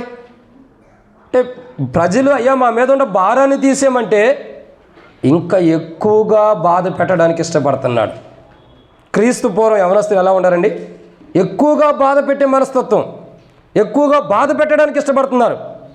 అంతకుముందు జీవితం వేరు, కానీ ఇక్కడ చూడగా యవనస్తుల యొక్క జీవితం చూడగా ఏం చేస్తున్నాడు? తన దగ్గరికి వచ్చిన వారు ఉండ బాధను తీసేయాలి, కానీ వాళ్ళని ఇంకా ఎక్కువగా బాధ పెడుతున్నాడు. ఏం చేస్తున్నాడు? ఎక్కువగా బాధ పెడుతున్నాడు. ఇది క్రీస్తు పూర్వం యొక్క జీవితం. 5వ మాట. 6వ మాట చూద్దాం రండి. మొదటి రాజుల గ్రంథం 12వ అధ్యాయం 14వ వచనం.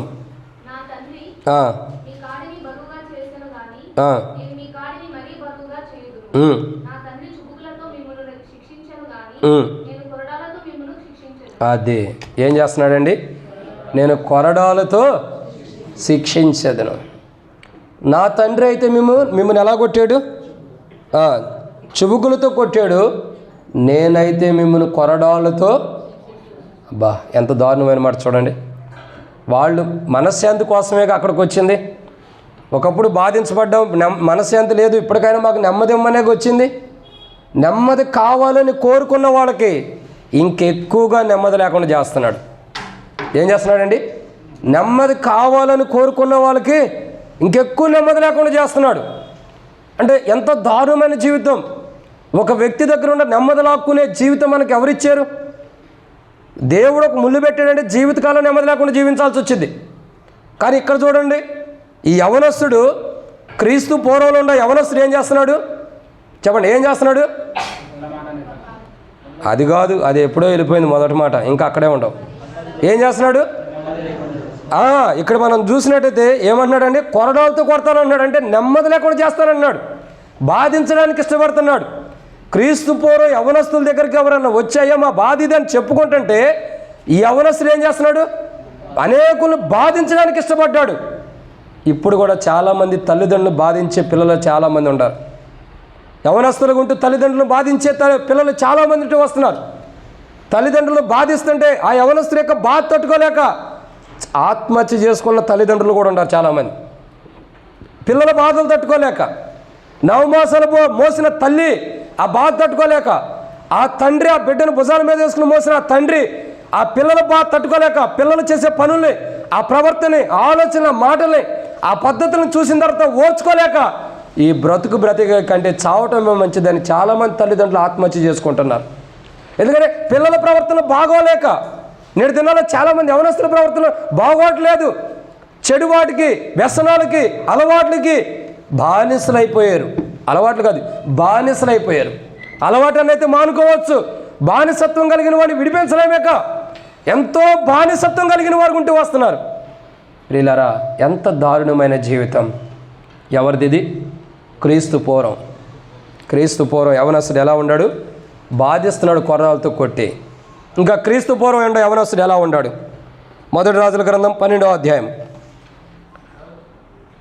15వ వచనం.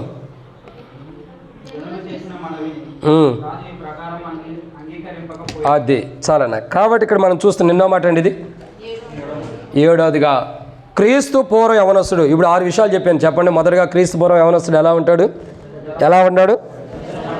పెద్దల మాటలు నిర్లక్ష్య పెడుతున్నాడు. 2, తన తోటివారి మాటలు వింటున్నాడు. 3, కఠినంగా ప్రవర్తిస్తున్నాడు. 4, తనకిష్టమైనటువంటి ఆజ్ఞలు ఇస్తున్నాడు. 5, ఇతరుల పైన ఎక్కువ బరువు పెడుతున్నాడు, బాధపరుస్తున్నాడు. 6, నెమ్మది లేకుండా చేస్తున్నాడు. 7, ఇక్కడ రాయబడుతున్నమాట, ఎదుటి వ్యక్తి మనవిని అంగీకరించలేకపోతున్నాడు. ఒక వ్యక్తి ఒక బాధతో మన దగ్గరికి వస్తే, ఒక కష్టంతో మన దగ్గరికి వస్తే, ఒక దుఃఖంతో మన దగ్గరికి వస్తే, ఏ బాధతో వచ్చాడు, ఏ కష్టంతో వచ్చాడు, ఏ దుఃఖంతో వచ్చాడో అది ఆలకించుకోకుండా ఏం చేస్తున్నాడు? వారిని పంపించేస్తున్నాడు.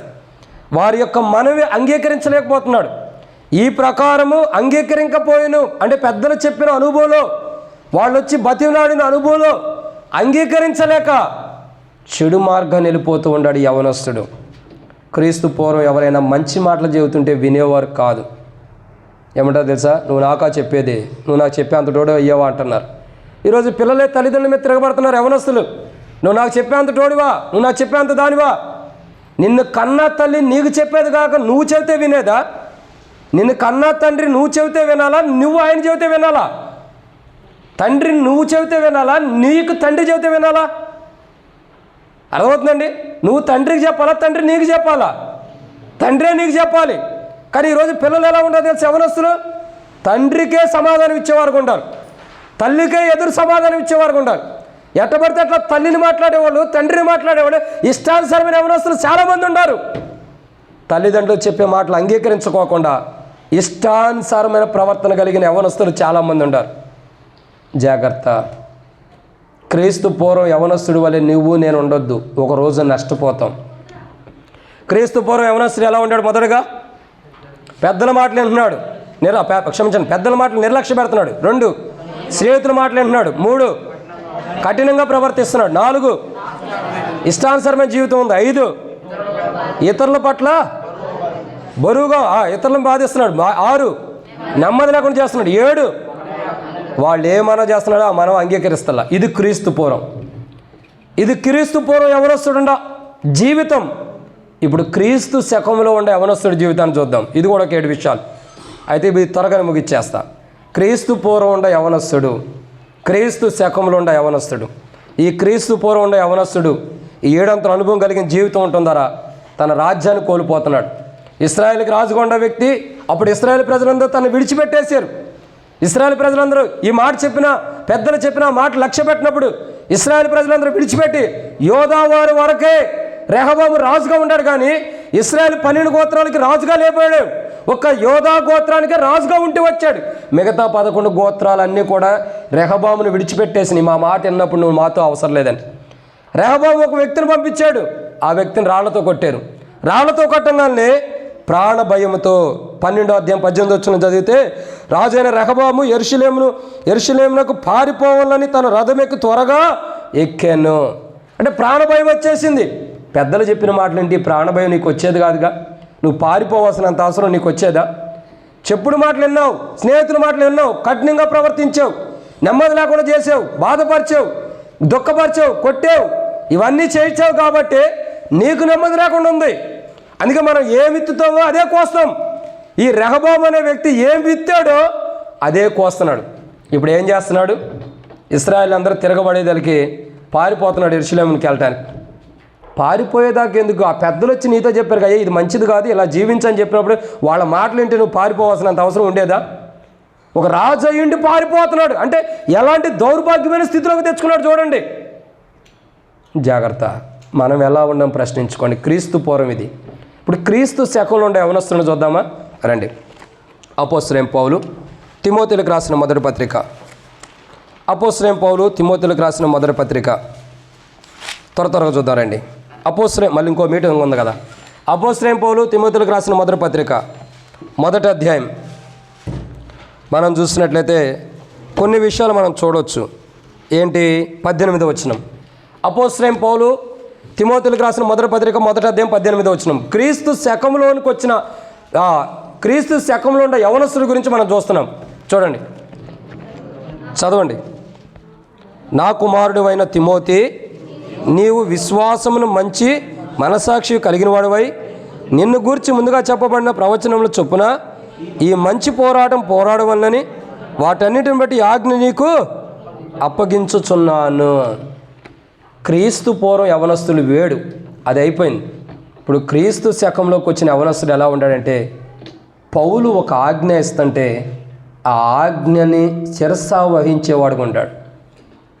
పౌలు అంటే తన పైన ఉన్న వ్యక్తి ఒక ఆజ్ఞాపిస్తున్నాడు, తనకంటే పెద్దవాడు ఒక ఆజ్ఞాపిస్తున్నాడు. అయ్యా ఇదిగో నువ్వు ఇలా ఉండు, ఇలాంటి జీవితాన్ని జీవించాలని ఒక ఆజ్ఞాపించాడు. ఏదైతే ఆజ్ఞాపించాడో ఆ జీవితాన్ని కొనసాగుతున్నాడు తిమోతి. క్రీస్తు పూర్వం ఉండేవాళ్ళు ఆజ్ఞలు ఇస్తున్నారు, క్రీస్తు శకంలో ఉండేవారు ఇచ్చే ఆజ్ఞల్ని నెరవేరుస్తూ వెళ్తున్నారు. మీకు అర్థమైందండి?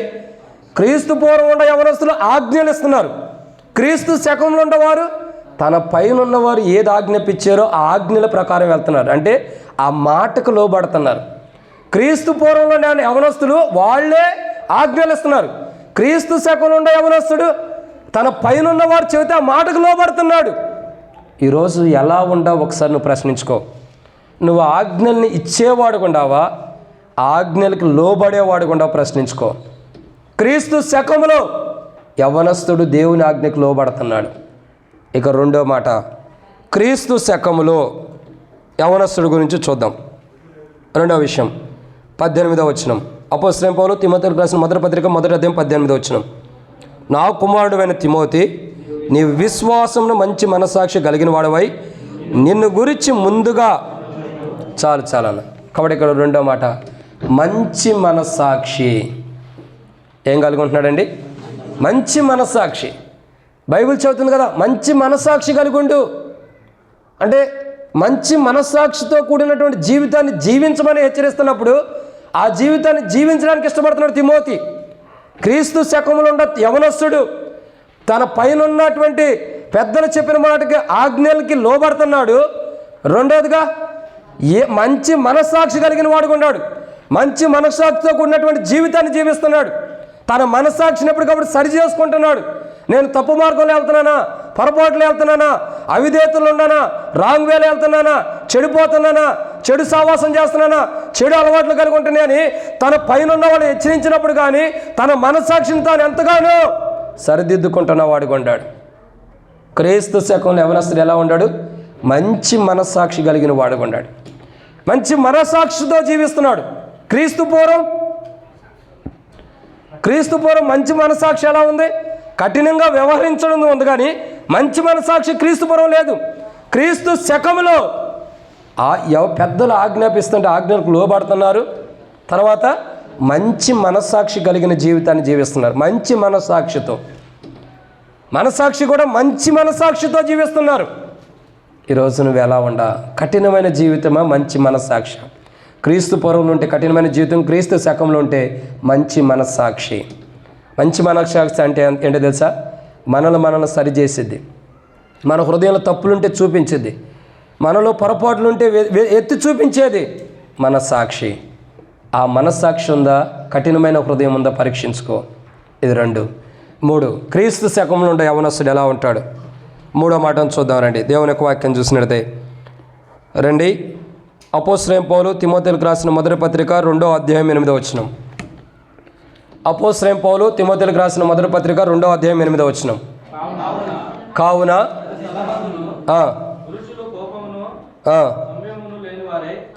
సంశయం లేని వారే పవిత్రమైన చేతులెత్తి.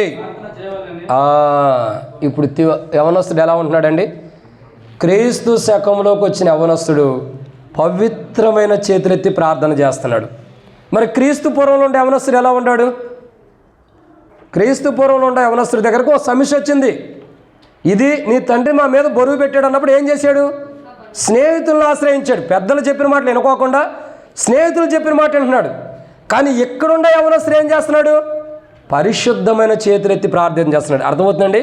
క్రీస్తు పూర్వమునకు క్రీస్తు శకానికి చాలా వ్యత్యాసం ఉంది. భూమికి ఆకాశానికి ఎంత వ్యత్యాసం ఉందో క్రీస్తు పూర్వానికి క్రీస్తు శకముకు అంత వ్యత్యాసం ఉంది. క్రీస్తు పూర్వం యవనస్తుడు పెద్దలు చెప్పిన ఆజ్ఞలు వినలా, తాను ఆజ్ఞాపిస్తున్నాడు. క్రీస్తు శకంలో యవనస్తుడు పెద్దలు చెప్పిన ఆజ్ఞలు లోబడుతున్నాడు. క్రీస్తు పూర్వంలో యవనస్తుడు ఏం చేస్తున్నాడు? ఎలా ఉన్నాడు? కఠినుడుగా ఉన్నాడు. క్రీస్తు శకంలో యవనస్తుడు మంచి మనస్సాక్షి కలిగి ఉన్నాడు. క్రీస్తు పూర్వంలో యవనస్తుడు స్నేహితుల మాట విన్నాడు. క్రీస్తు శకంలో యవనస్తుడు దేవుని మాట వింటున్నాడు. పరిశుద్ధమైన చేతులెత్తి ప్రార్థన చేస్తున్నారంటే అర్థం ఏంటి? దేవుని దగ్గర నుంచి సమాధానం పొందుకోవటానికే కదా. పరిశుద్ధమైన చేతులెత్తి ఎందుకు ప్రార్థన చేస్తున్నాడు? ఆ ప్రార్థనకు దేవుడు సమాధానం ఇవ్వాలనే కదా. అంటే ఇక్కడ అర్థం ఏంటి తెలుసా? క్రీస్తు పూర్వమేమో స్నేహితుల మాటలు విన్నాడు యవనస్తుడు. క్రీస్తు శకంలో యవనస్తుడు దేవుని మాటలు వినటానికి ఇష్టపడుతున్నాడు. ఇప్పుడు ఇక్కడ కూర్చున్నాం మనం కొద్దిమందిమి. మనం ఎవరి మాటలు వింటున్నాం? క్రీస్తు పూర్వంలో యవనస్తుడు మాటని చెడిపోతున్నావా? క్రీస్తు శకంలో ఉన్న యవనస్తుడిలాగా పరిశుద్ధమైన చేతులెత్తి ప్రార్థన చేసి దేవుని స్వరాన్ని ఆశీర్వదించబడుతున్నావా? ఒక్కసారి నువ్వు పరీక్షించుకో. క్రీస్తు పూర్వం యవనస్తుడు ఎలా ఉన్నాడో 7 విషయాలు చూసాం. క్రీస్తు శకంలోకి వచ్చిన యవనస్తుడు ఎలా ఉంటున్నాడో చూస్తున్నాం. ఇవి 7, కానీ ఇప్పుడు ఎన్నో మాట ఇది? 3. మొదటిగా క్రీస్తు శకంలో ఉండే యవనస్తుడు పెద్దలు చెప్పిన ఆజ్ఞకు లోబడుతున్నాడు, అనుసరిస్తున్నాడు దాన్ని. 2, మంచి మనస్సాక్షి కలిగిన వాడుకుంటున్నాడు. 3, పరిశుద్ధమైన చేతులెత్తి ప్రార్థన చేస్తున్నాడు. మంచి ప్రార్థనా జీవితం ఉంది. యవనస్తులకు ఏం కావాలండి? ప్రార్థనా జీవితం. అందుకే బైబిల్లో ఒక మాట ఉంది, యవన ప్రాయంలో యవనస్తుడు యెహోవా కాడి మోయట నరునికెంతో ఏంటి? నరునికెంతో ఏమైంది? యవనస్తులు చెప్పండి. నరుడు యవన ప్రాయంలో యెహోవా కాడి మోయట నరునికెంతో మేలేనా? చెప్పండి యవనస్తులు, మేలా? అర్థం కాలే. శ్రేష్టం. ఇంకా మీరు చెప్పడం ఏదో ఒకటి. అసలు అన్నింటిలో ఫస్ట్ మీరు ఉండాలి. మీరేంది ఇక్కడ మౌనంగా ఉంటారు? సిస్టర్స్ చెప్పండి, వద్దులేమ్మ రికమెండేషన్ వద్దు. యవ్వన ప్రాయంలో నరుడు యెహోవా కాడి మోయట నరునికి ఎంతో మేలు. ఇష్టం కాదు, మేలు, నరునికి మేలు అంట. యవ్వన ప్రాయంలో కాడి మోస్తే నరునికి మేలు. ఆ కాడి మోసే వ్యక్తి పరిశుద్ధమైన చేతులెత్తి ప్రార్థన చేస్తాడు. ఆ ప్రార్థన జీవితం అవసరం. క్రీస్తు శకంలో ప్రార్థనా జీవితం కలిగిన యవనస్తుడు ఉన్నాడు. అది కూడా మామూలు ప్రార్థనా జీవితం కాదు, పరిశుద్ధమైన చేతులెత్తి ప్రార్థనా జీవితం చేస్తున్నాడు, కలిగి ఉన్నాడంటే తాను ఎంత పరిశుద్ధంగా ఉన్నాడో, తాను ఎంత పవిత్రంగా ఉన్నాడో. తిమోతితో పౌలు అంటాడు, తిమోతి యవనస్తుడా, యవనేచ్ఛల నుండి నువ్వు పారిపోమ్ము, యవనేచ్ఛల నుండి నువ్వు పారిపో. తిమోతి యవనేచ్ఛల నుండి పారిపోయాడు కాబట్టి పరిశుద్ధమైన చేతులెత్తి ప్రార్థన చేస్తున్నాడు. అనుభవం తిమోతిలో ఉంది. ఒక యవనస్తుడిలో పరిశుద్ధం, శరీర కోరికలు, నేత్రాశలు, లోక భాషలు అన్నీ చంపుకొని పరిశుద్ధమైన చేతులెత్తి ప్రార్థన చేస్తున్నాడంటే ఎంత గొప్ప అనుభవం ఉంది దేవునిలో. ఇక్కడ కూర్చున్న యవనస్తులకు ఎంతమంది ప్రార్థన చేయటం వచ్చి చేతులు ఎత్తండి. ప్రార్థన చేయటం వచ్చిన వాళ్ళు, ప్రార్థన చేయటం వింటున్నవాడు కాదు, ప్రార్థన చేసేటప్పుడు వినేవాడు కాదండి, ప్రార్థన చేయటం వచ్చినవాడు చేతులు ఎత్తండి. ఎవరైనా ఉండారా? మీకు ఎవరికి ప్రార్థన రాదా? అయ్యో, మిమ్మల్ని చూస్తున్న మీ తల్లిదండ్రులు ఎంత సిగ్గుపడుతున్నారో తెలుసా? ఈరోజు యవనస్తుల కూడి కంటే ఏం చెప్తారని ఎదురు చూస్తున్నారు. ఈరోజు మీరు ప్రార్థన రాదంటే, ప్రార్థన చేసేవారు ఎవరుండారంటే ఒక చేయి కూడా ఎత్తలేకపోయారంటే మీ తల్లిదండ్రులు ఎంత సిగ్గుపడుతున్నారో అర్థం చేసుకోండి. యేసు ప్రభువారు ఎప్పుడైనా తండ్రిని సిగ్గుపరిచాడా? ఏ రోజైనా యేసు ప్రభువారి జీవితంలో ఒక్క గడి అయినా తండ్రికి అవమానంగా జీవించాడా? ఈరోజు ప్రార్థన రావట్లేదంటే నీ తల్లిదండ్రులకు అవమానం. ఎందుకు? వాళ్ళు దేవుని బిడ్డలన్న పేరుకి, వాళ్ళు దేవుని బిడ్డలే రక్షణ మారుమనసు పొందినందుకు వాళ్ళకు అవమానం. నా బిడ్డలకు ప్రార్థన రావట్లేదంటే సిగ్గు. ఎంత బాధాకరమైన విషయం. యవ్వన ప్రాయంలో ప్రార్థన జీవితం అవసరం. మనం క్రీస్తు పూర్వంలో ఉండకూడదు. క్రీస్తు పూర్వంలో ఉండే యవనస్తుడు ప్రార్థనా జీవితం లేదు. స్నేహితుల మాటలు వింటున్నాడు. క్రీస్తు శకంలో యవనస్తుడు ప్రార్థనా జీవితం కలిగి ఉన్నాడు. ఆ ప్రార్థనా జీవితం ఈరోజు మనకు ఉండాలి. ఏముండాలా? తొందరగా విడిచిపెట్టి వెళ్తామంటారా? అది కాదు, విడిచిపెట్టేది లేదు. ఎట్టని చెప్పేది ఏడుపండి చెప్పాల్సిందే. కాబట్టి ప్రార్థనా జీవితం యవనస్తులకు ఉండాలి. ఒకటి గుర్తుపెట్టుకోండి. ఒక్క ఎగ్జాంపుల్ చెప్పి నేను ముందరికి వెళ్తాను. జస్ట్ మీ దగ్గరకు వచ్చేటప్పుడే మేము ఎట్లాగే మందిరం పనులు చేస్తూ చాలా బిజీ అయిపోయాం. మట్టి మందిరం నూతనంగా స్థలం తీసుకున్నాం, కడుతున్నాము. మట్టి వేస్తానన్న వ్యక్తి చాలా రోజుల నుంచి వేపిస్తానన్న వ్యక్తి కూడా వేపిట్లా. సరే మేమే ముందరికి వెళ్ళిపోయి మన డబ్బులు పెట్టి వేయించుకుందామని చెప్పి ఎవరో వేస్తానన్నారు. ఇక లేసేదట్లేరని మేమే వేయించుకుంటూ వచ్చాం. సాయంత్రం దాకా పడింది. మధ్యలో ఒక సహోదరుడు అన్నాడు మధ్యాహ్నం, అన్న మట్టి పడింది కానీ దీని మీద నీళ్లు పోయాలి, ఎట్ట పోయాలి అన్నాడు. ట్యాంకర్లు తెప్పిద్దాంలే అన్న. ట్యాంకర్లు రాకపోతే ఏం చేయమంటావు అన్నాడు. నేను 3 రోజులు మీటింగ్కి వెళ్తున్నా, ఆడి నుంచి నీళ్ళు తీసుకొస్తాను అన్నట్టుగా సమాధానం ఇవ్వాల్సి వచ్చింది. నేను ఇక్కడ మీటింగులు ఉంటే ఆ నీళ్ళు ఎట్టపోతాను అడుగుతున్నాడు. వెళ్ళనిచ్చే తర్వాత చూద్దాంలే అని నాకు అనిపించింది. ప్రభా, ఏంటి పరిస్థితి? దేవుడు ఏదో కార్యం చేస్తాడైతే నిరీక్షణ ఉంది. మట్టి మొత్తం తోలేసారు, జేసీపీతో మొత్తం క్లీన్ చేసేసేసాం, ఒక ఫ్లాట్ లాగా పెట్టాం. బయటకు వచ్చాం, ప్రార్థన చేసాం. ప్రభా, పని ముగించాం, మీ చిత్తం ప్రభా అని ప్రార్థన చేసాం. ఇంటికి వెళ్తా ఉండగానే ఈదురు గాలులు, ఇప్పుడు వచ్చిన గాలి కాదు, విపరీతమైన గాలి, దానితో పాటు వడగండ్లు వర్షము దరిదాపు అరగంట పైన కొట్టింది. ఫోన్ చేశా, అన్న నా పక్కనే ఉన్నాడు ఆయన, నన్ను అడిగిన ఆయన, వర్షం సరిపోయిద్ది ఇంకా కావాలన్న. ఈరోజు సరిపోయిద్ది అన్న అన్నాడు. సరే రేపు చూసుకోపో అన్న. నిన్న కూడా భారీ వర్షం కొట్టింది నర్సాపూర్లో. ఫోన్ చేశాడు, అన్న నీళ్ళు సరిపోతాయి, ఇక మనం నీళ్ళు పెట్టవసరం లేదు మట్టి మీద అన్నాడు. ప్రార్థన అదే కాదు, అక్కడి నుంచి టెన్షన్గా వస్తుంటే బస్సు అందిద్దో లేదని ప్రార్థన చేసుకున్నాం. టైం అయిపోయింది, అప్పటికి వాన వల్ల లేట్ అయిపోయింది బస్సు మా ఇంటి దగ్గర. ఖచ్చితంగా బస్సు మా కోసం ఆగింది. ఎవరో ఏవో సామాన్ వేసుకుంటూ ఉండారో మేము వెళ్ళి ఎక్కేసేసాం గబక్కనే. ఆ తర్వాత బక్సింగ్ గారు కానీ ఫ్లైట్లో తిరిగి వచ్చిన తర్వాత ఆయన ఎక్కిన తర్వాత ఆయన వెళ్ళి బాత్రూంలోకి వెళ్ళి రింగ్ ఎత్తుకున్నట్టుంది. తర్వాత జేబీఎస్కి త్వరగా వస్తాం లేదని టెన్షన్ పడ్డాం. ప్రభా త్వరగా వెళ్తాం లేదా, వెళ్ళేదట్టు చేయి ప్రభు అంటే త్వరగా తీసుకొచ్చాడు. ఎందుకంటే ప్రార్థన ఆలకించేది చెబుతున్నా. ఆ తర్వాత జేబీఎస్ నుండి కాచిగూడ రావాలి ప్రభా, టైం అయిపోయింది. జస్ట్ 10 నిమిషాలే టైం ఉంది ట్రైన్కి. ఈ 10-15 నిమిషాలు ఇది అయ్యేదట్లేదు, 10-20 నిమిషాలు ఉంది, ఇది అయ్యేదట్లేదు ప్రభా, మేము వెళ్ళే లోపల ట్రైన్ వెళ్ళిపోయేదేమో డౌట్ వచ్చింది. కరెక్ట్గా కాచిగూడ దగ్గరకు రాగానే యాప్లో చూడగానే ట్రైన్ మూవ్ అయినట్టు చూపించింది. గుండె జారింది. ఏదైనా బస్సు అన్న ఏమంటాడంటే గెలీష్ అన్న బస్సుకి వెళ్ళిపోదాంలే అన్న, ఏదైతే ఏంలే అన్నాడు. సర్లే అని అనుకున్నాను. ఏదైతే బుక్ చేసాం కాబట్టి ఆ రైల్వే స్టేషన్ దాకా బాగున్నాయి అన్న. స్టేషన్కి వెళ్ళేటప్పుడు ప్రార్థన చేసా, ప్రభా భక్సింగ్ గారికి ప్రార్థన చేస్తే ట్రైన్ ఆపేసిన దేవుడు, ఆయన ఎక్కేదాకా కూడా కదలకుండా చేసేవే. భక్సింగ్ గారికి తోడుకున్న దేవుడు నాకు కూడా తోడుకుంటావు కదా. నాకు తిమోతి అంకుల్ నేర్పాడు. ఎప్పుడైనా ఏదైనా అవసరమైతే గబక్కనే మన పితరులను జ్ఞాపకం చేసుకుంటే దేవుడు సహాయం చేస్తాడని నాకు నేర్పాడు. భక్సింగ్ గారి దేవా, తిమోతి అంకుల్ దేవా, నా దేవా అని ప్రార్థన చేస్తూ వచ్చా.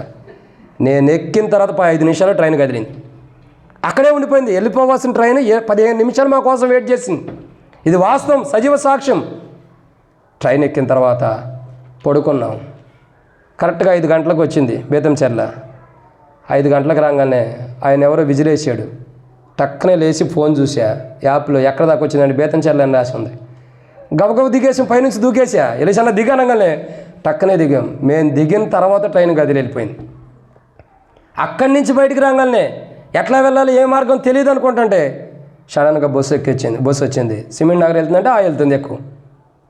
ఎందుకు చెబుతున్నా అంటే ప్రతి దాంట్లో ప్రార్థన ఉంది. ఒక ట్రైన్ ఆపటం మామూలు విషయమా? ప్రార్థన 15 నిమిషాలు ట్రైన్ ఆగిపోయింది. ప్రియులారా, యవ్వనస్తులు ప్రార్థన దేవుడు వింటాడు. పవిత్రమైన విధానంలో ప్రార్థన చేస్తే నీ చదువుల్లో మంచి మార్కులు ఇస్తాడు, మంచి జాబ్ భవిష్యత్తులో ఇస్తాడు, మంచి జీవితాన్ని దేవుడిస్తాడు. కానీ దేవునితో అంటకట్టుబడి ఉంటే దేవుని దగ్గర నువ్వు నివసిస్తూ ఉంటే నీ జీవితం క్షేమం. ఈరోజు నా జీవితం ఇంత బాగుంది, ధారాళంగా అంటే మీకు ఎట్లా ధ్యానించగలిగినంత వరకు దేవుని వాక్యం మాటలు ధ్యానించగలుగుతూ వస్తున్నానంటే నేను దేవుని మందిరంలో దేవుని సన్నిధిలో గడపటమే నా జీవితం. బాత్రూమ్లు గడిగేవాడిని, చేపలు వేసేవాడిని. శనివారం వచ్చిందంటే హెర్మోన్ మొత్తం సంతోషంగా నీళ్లతో కడిగేసేవాళ్ళం సరిపేసి. ఎంత సంతోషం అంటే ఇంటికే పోయేవాళ్ళం కదా. అసలు తినటం కూడా మందిరమే, పడుకోవడం కూడా మందిరమే మాకు. అందుకే దేవుడు ధారాళంగా నేను వచ్చేటప్పుడు ఒక వర్తమానం సిద్ధపడలా. ఎప్పటికప్పుడు మీటింగ్కి ముంగట వర్తమానం సిద్ధపడి రావటమే. నేను సిద్ధపడిన వర్తమానాలు కూడా కాదు ఇవి, ఎప్పుడో సిద్ధపడినవి కూడా కాదు. ఇప్పుడు ఈ వర్తమానం కూడా ఇంతకుముందే ఇప్పుడిప్పుడే వచ్చిందే. ఎందుకు చెబుతున్నా అంటే నాకు దేవుడు అలాంటి తలాంతి ఇచ్చాడు. ఎమ్మటే సిద్ధపడే అంత కూడా దేవుడు ఇచ్చాడు. కారణం ప్రార్థన. నా కాళ్ళు చూడండి, కాళ్ళకి కాయలు కాసి ఉంటాయి. ఎందుకు తెలుసా? నేను మోకాళ్ళ మీద కాళ్ళకి ఏళ్ల మీద ఇట్లా కూర్చుంటా. ఎక్కడ? కాలు ఏళ్ళ మీద ఇట్లా కూర్చుంటా. అవి ఇరిగిపోయినంత నొప్పి వచ్చింది. ఎంత నొప్పి వచ్చిద్దో అంతగా నేను ప్రభు దగ్గరికి వెళ్తా. అంతగానే ప్రభు నాకు సమాధానం ఇస్తాడు. నా ప్రార్థన ఏంటంటే బాలు లాంటిది. నేను ప్రభుకి ఇస్తా, ప్రభు ఇస్తే నాకు ఇస్తాడు. ప్రార్థన జీవితం ఇంపార్టెంట్. ఒక యవనస్తుడు క్రీస్తు శకంలో ప్రార్థనా జీవితం కలిగిన యవనస్తులు ఉంటారు. ఈరోజు మీలో ప్రార్థన లేదంటే, మీకు ప్రార్థన రాదంటే ఎంత సిగ్గుచేటో ఆలోచించండి. ఎంత బాధాకరమైన విషయమో. కనీసం ఈ రోజు నుంచైనా ప్రార్థన చేయటం ఆరంభించండి. ఏదో నామకే వస్తే ప్రార్థన కాదు, పట్టుదల కలిగిన ప్రార్థన. ఏదైనా అవసరమైందంటే తల్లిదండ్రులను అడగటం కాదు, దేవుణ్ణి అడగండి మొదట. అప్పుడు ఆ దేవుడే నీకు అద్భుతంగా ఇస్తాడు. నేను ఎప్పటికీ ఏదైనా అవసరమైన నేను ఎవరిని అడగను. నా తల్లి చనిపోయింది, నా తండ్రి ఉంటా నన్ను పట్టించుకోడు. ఎవరుండారు ఇంకా? ఆయనే నాకు. నేను ఎప్పుడు దేవుణ్ణి అడిగితే ఏది కావాలన్నా ఇప్పటికే సమృద్ధి దేవుడు ఇస్తాడు. ఆ ప్రార్థన అవసరం. ఆ ప్రార్థన మీరు చేయండి. ప్రార్థన జీవితం ముగిద్దాం. కాబట్టి ఎలాంటి వ్యక్తినా ప్రార్థనాపరుడు, క్రీస్తు శకంలో ఉండ యవనస్తుడు. ఎన్నో మాట ఇది. సరే, మిగతా చదువుకున్నారండి, మీకు కూడా ఓపిక లేదు, మాకు కూడా కూడి టైం అవుతుంది నైట్ది. రండి, అపోస్తలుడైన పౌలు తిమోతికి రాసిన మొదటి పత్రిక 2వ అధ్యాయం 2వ వచనం.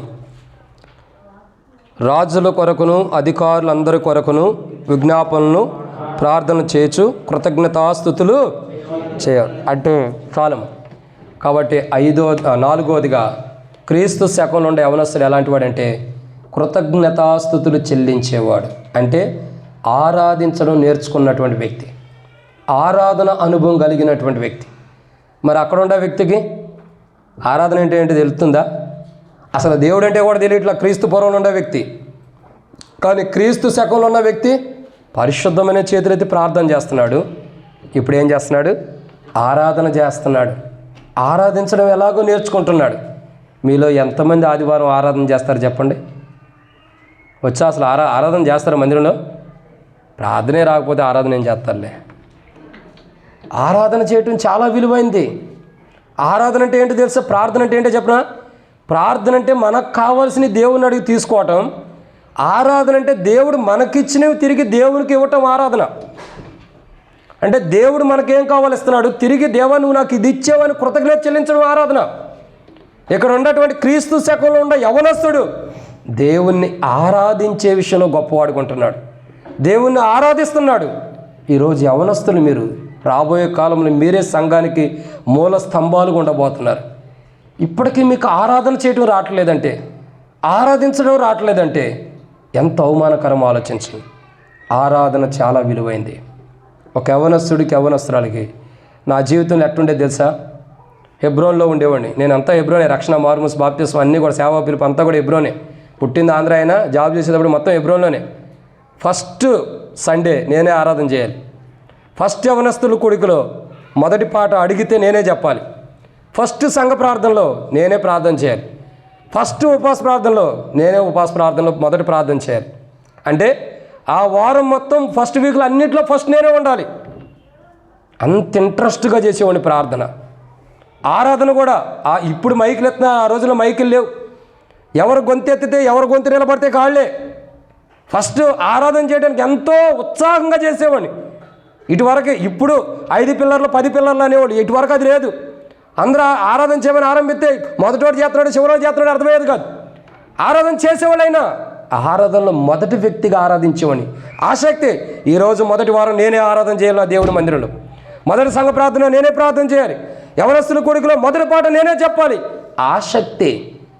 వాల్టర్ అని మీకు తెలిసేలేదో, నేను పాటలు చెబుతుంటే వాల్టర్ అని ఒక రోజు వచ్చాడు. అసలు ఈ పాటలు నీకు వచ్చా అన్నాడు. రావనే నీకు చెబుతున్నా అన్న, నువ్వు పాడితే నేను నేర్చుకుందామని అన్న. నాతో బాగా క్లోజ్గా ఉండేవాడు వాల్టర్ అన్న. ఎందుకు చెబుతున్నా అంటే ఒక పురుకొలుపు, ఒక ఆసక్తి ఉండాలి క్రైస్తవుడు. యవనస్తుడు అంటే నేను ఇది చేయాలి. సువార్త అంటే ఎట్టుండేవాడిని తెలుసా? మీకు హెబ్రోన్లో దైవప్రసాద్ అన్న టీం అని ఒకటి ఉంది, దైవప్రసాద్ అన్న టీం అని. ఆ టీంలో అడగండి, పరిగెట్టుకుంటే వెళ్ళేవాడిని సువార్త అంటే. పరిగెట్టుకుంటా. పోయిన సంవత్సరం కూడా జనవరిలో కూడా, అంతకుముందు సంవత్సరం పరిగెడతామే. హనుమకొండలో లాస్ట్ టైం సువార్త చేస్తే ఒక అతను వచ్చి చెంప మీద పెట్టి పెళ్ళుమని కొట్టాడు. వాడు కొట్టిన విషయం నాకు 2 నిమిషాల దాకా కూడా తెలియదు, నాకు నన్ను కొట్టాడు అన్న విషయం. సువార్త అంటే ఎంతో ఇష్టం. అసలు సువార్తలో వెళ్ళిన తర్వాత నత్తనడకంటే అసలు నాకు నచ్చదు. సువార్తకి వెళ్ళిన తర్వాత పరిగెట్టడమే. చావో రేవో అడుగు బయట పెట్టిన తర్వాత ఇక ఆగటం లేదు. సాధ్యమైనంత వరకు దొరికిన ఆత్మలు దొరికినట్టు తీసుకుంటే పరిగెట్టి వెళ్తామే. అంత ఆసక్తి యవనస్తులకు. అంత ఆసక్తి ఉంటే దేవుడు బలమైన పాత్రలుగా మాకంటే ఎక్కువగా దేవుడు వాడుకుంటాడు మిమ్మల్ని పరిచర్యలో. యవనస్తులు ఎలా ఉండాలా? దేవుణ్ణి ఆరాధించడం. ఒకటి గుర్తుపెట్టుకోండి, మనలో ఉన్న దెయ్యాలు పోవాలంటే ఆరాధన చేస్తే పోస్తాయి. ప్రార్థన చేస్తే దానికంటే కూడా ఆరాధన చేస్తే పోతాయి. తిమోతంకుల కూతురికి దెయ్యం పట్టింది, 6 నెలలు బాధించింది.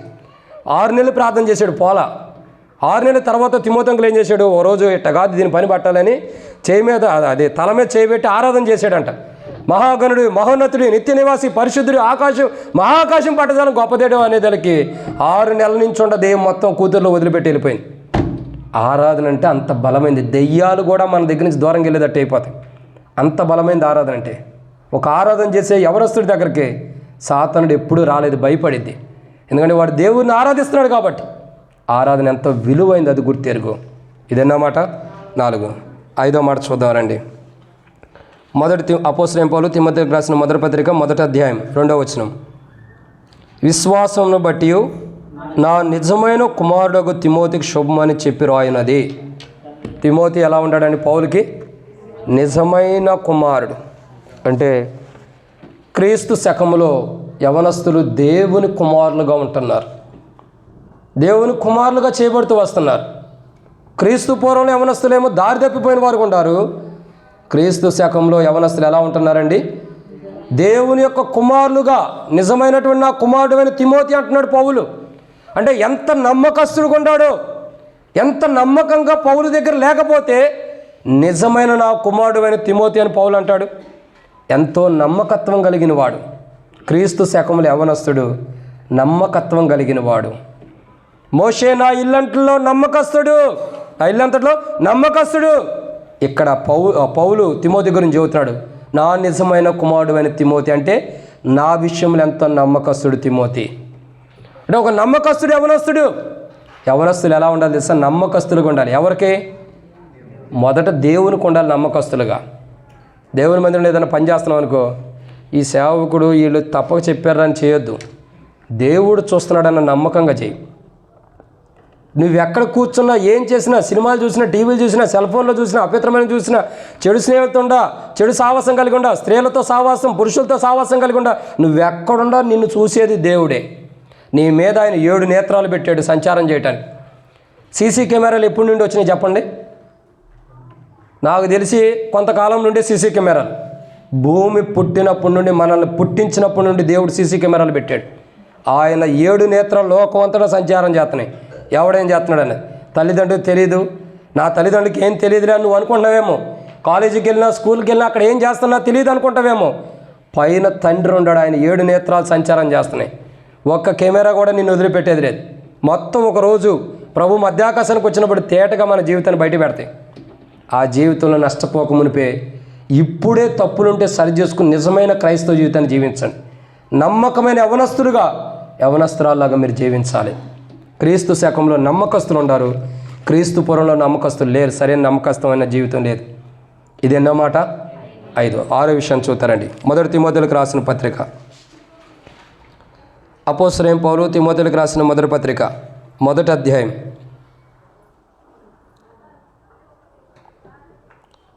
18వ వచనం.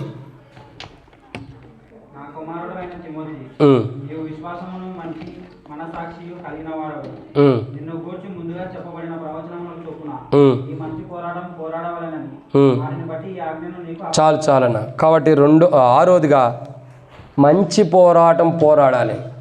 అంటే ఇప్పుడు తిమోతి ఏం చేయబోతున్నాడు? మంచి పోరాటం పోరాడబోతున్నాడు. నిజమైనటువంటి యవనస్తుడు, క్రీస్తు శకములో ఉండే యవనస్తుడు ఎలాంటి వాడంటే దేవునిలో మంచి పోరాటం పోరాడుతున్నాడు. సాతాన్ని ఎదిరిస్తున్నాడు, సాతాను కుయుక్తిని పడద్రోతున్నాడు. అది నిజమైన యవనస్తుడు అంటే. మంచి పోరాటం. ఒకటి పట్టుకున్నామంటే దాన్ని విడిచిపెట్టేంతవరకు కూడా వదలకూడదు. అంత పట్టుదల కలిగినటువంటి ప్రార్థన, పట్టుదల కలిగిన జీవితం, పోరాడే జీవితం యవనస్తుడికి ఉంది క్రీస్తు శకంలో. క్రీస్తు పూర్వం పోరాడేది ఎక్కడ ఉంది? ఉందా? క్రీస్తు పూర్వం లేదు. అందుకే పౌలు అంటాడు, మంచి పోరాటం పోరాడి తిని. ఇక పరుగు ఎందుకులే, మంచి పోరాటం అయితే పోరాడాను. తిమోతికి కూడా చెబుతున్నాడు, తిమోతి నువ్వు పోరాటం బాగా పోరాడాలి. నువ్వు జనరల్గా సహజంగా ఏదో వెళ్ళిపోతున్నాను విశ్వాసం అనుకుంటే కుదరదు. మంచి పోరాటాలు నీకు ఎదురవుతున్నాయి. మంచి పోరాటం పోరాడు, విజయాన్ని పొందని తిమోతికి పురుకొలుపు చెబుతున్నాడు పౌలు. కాబట్టి క్రైస్తవ జీవితంలో యవనస్తులు ఎలా ఉండాలి? క్రీస్తు శకంలో దేవుని కొరకు పోరాడాలి. దేవుని కొరకు ఆరాటం కలిగిన వారుగా, ఆసక్తి కలిగిన వారుగా, పురుకొలుపు కలిగిన వారుగా దేవుని కొరకు ఉండాలి. ఇదన్నమాట 6. 7వ విషయం చూద్దారండి. అపోస్తలుడైన పౌలు తిమోతేయులకు రాసిన 1 పత్రిక 1వ అధ్యాయం 18వ వచనం. నా కుమారుడైన తిమోతి, నీవు విశ్వాసమును మంచి మనస్సాక్షి కలిగిన వాడివై. చాలన్న. 7వ మాట, క్రీస్తు శకంలో ఉండే యవనస్తుడు. ఇప్పటికి 7 విషయాలు చెప్పాం. క్షమించండి, 6 విషయాలు. మొదటిగా క్రీస్తు శకంలో, క్రీస్తు పూర్వంలో ఉండే యవనస్తుడు ఎలాంటి వాడు చెప్పండి? 1, పెద్దల మాట వినడు. 2, స్నేహితుల మాట వింటున్నాడు. 3, కఠినంగా జీవిస్తున్నాడు. 4, తనకిష్టమైనటువంటి ఆజ్ఞ ఇస్తున్నాడు. 5, ఇతరులను బాధ పెడుతున్నాడు. 6, నెమ్మది లేకుండా చేస్తున్నాడు ఇతరులకి. 7,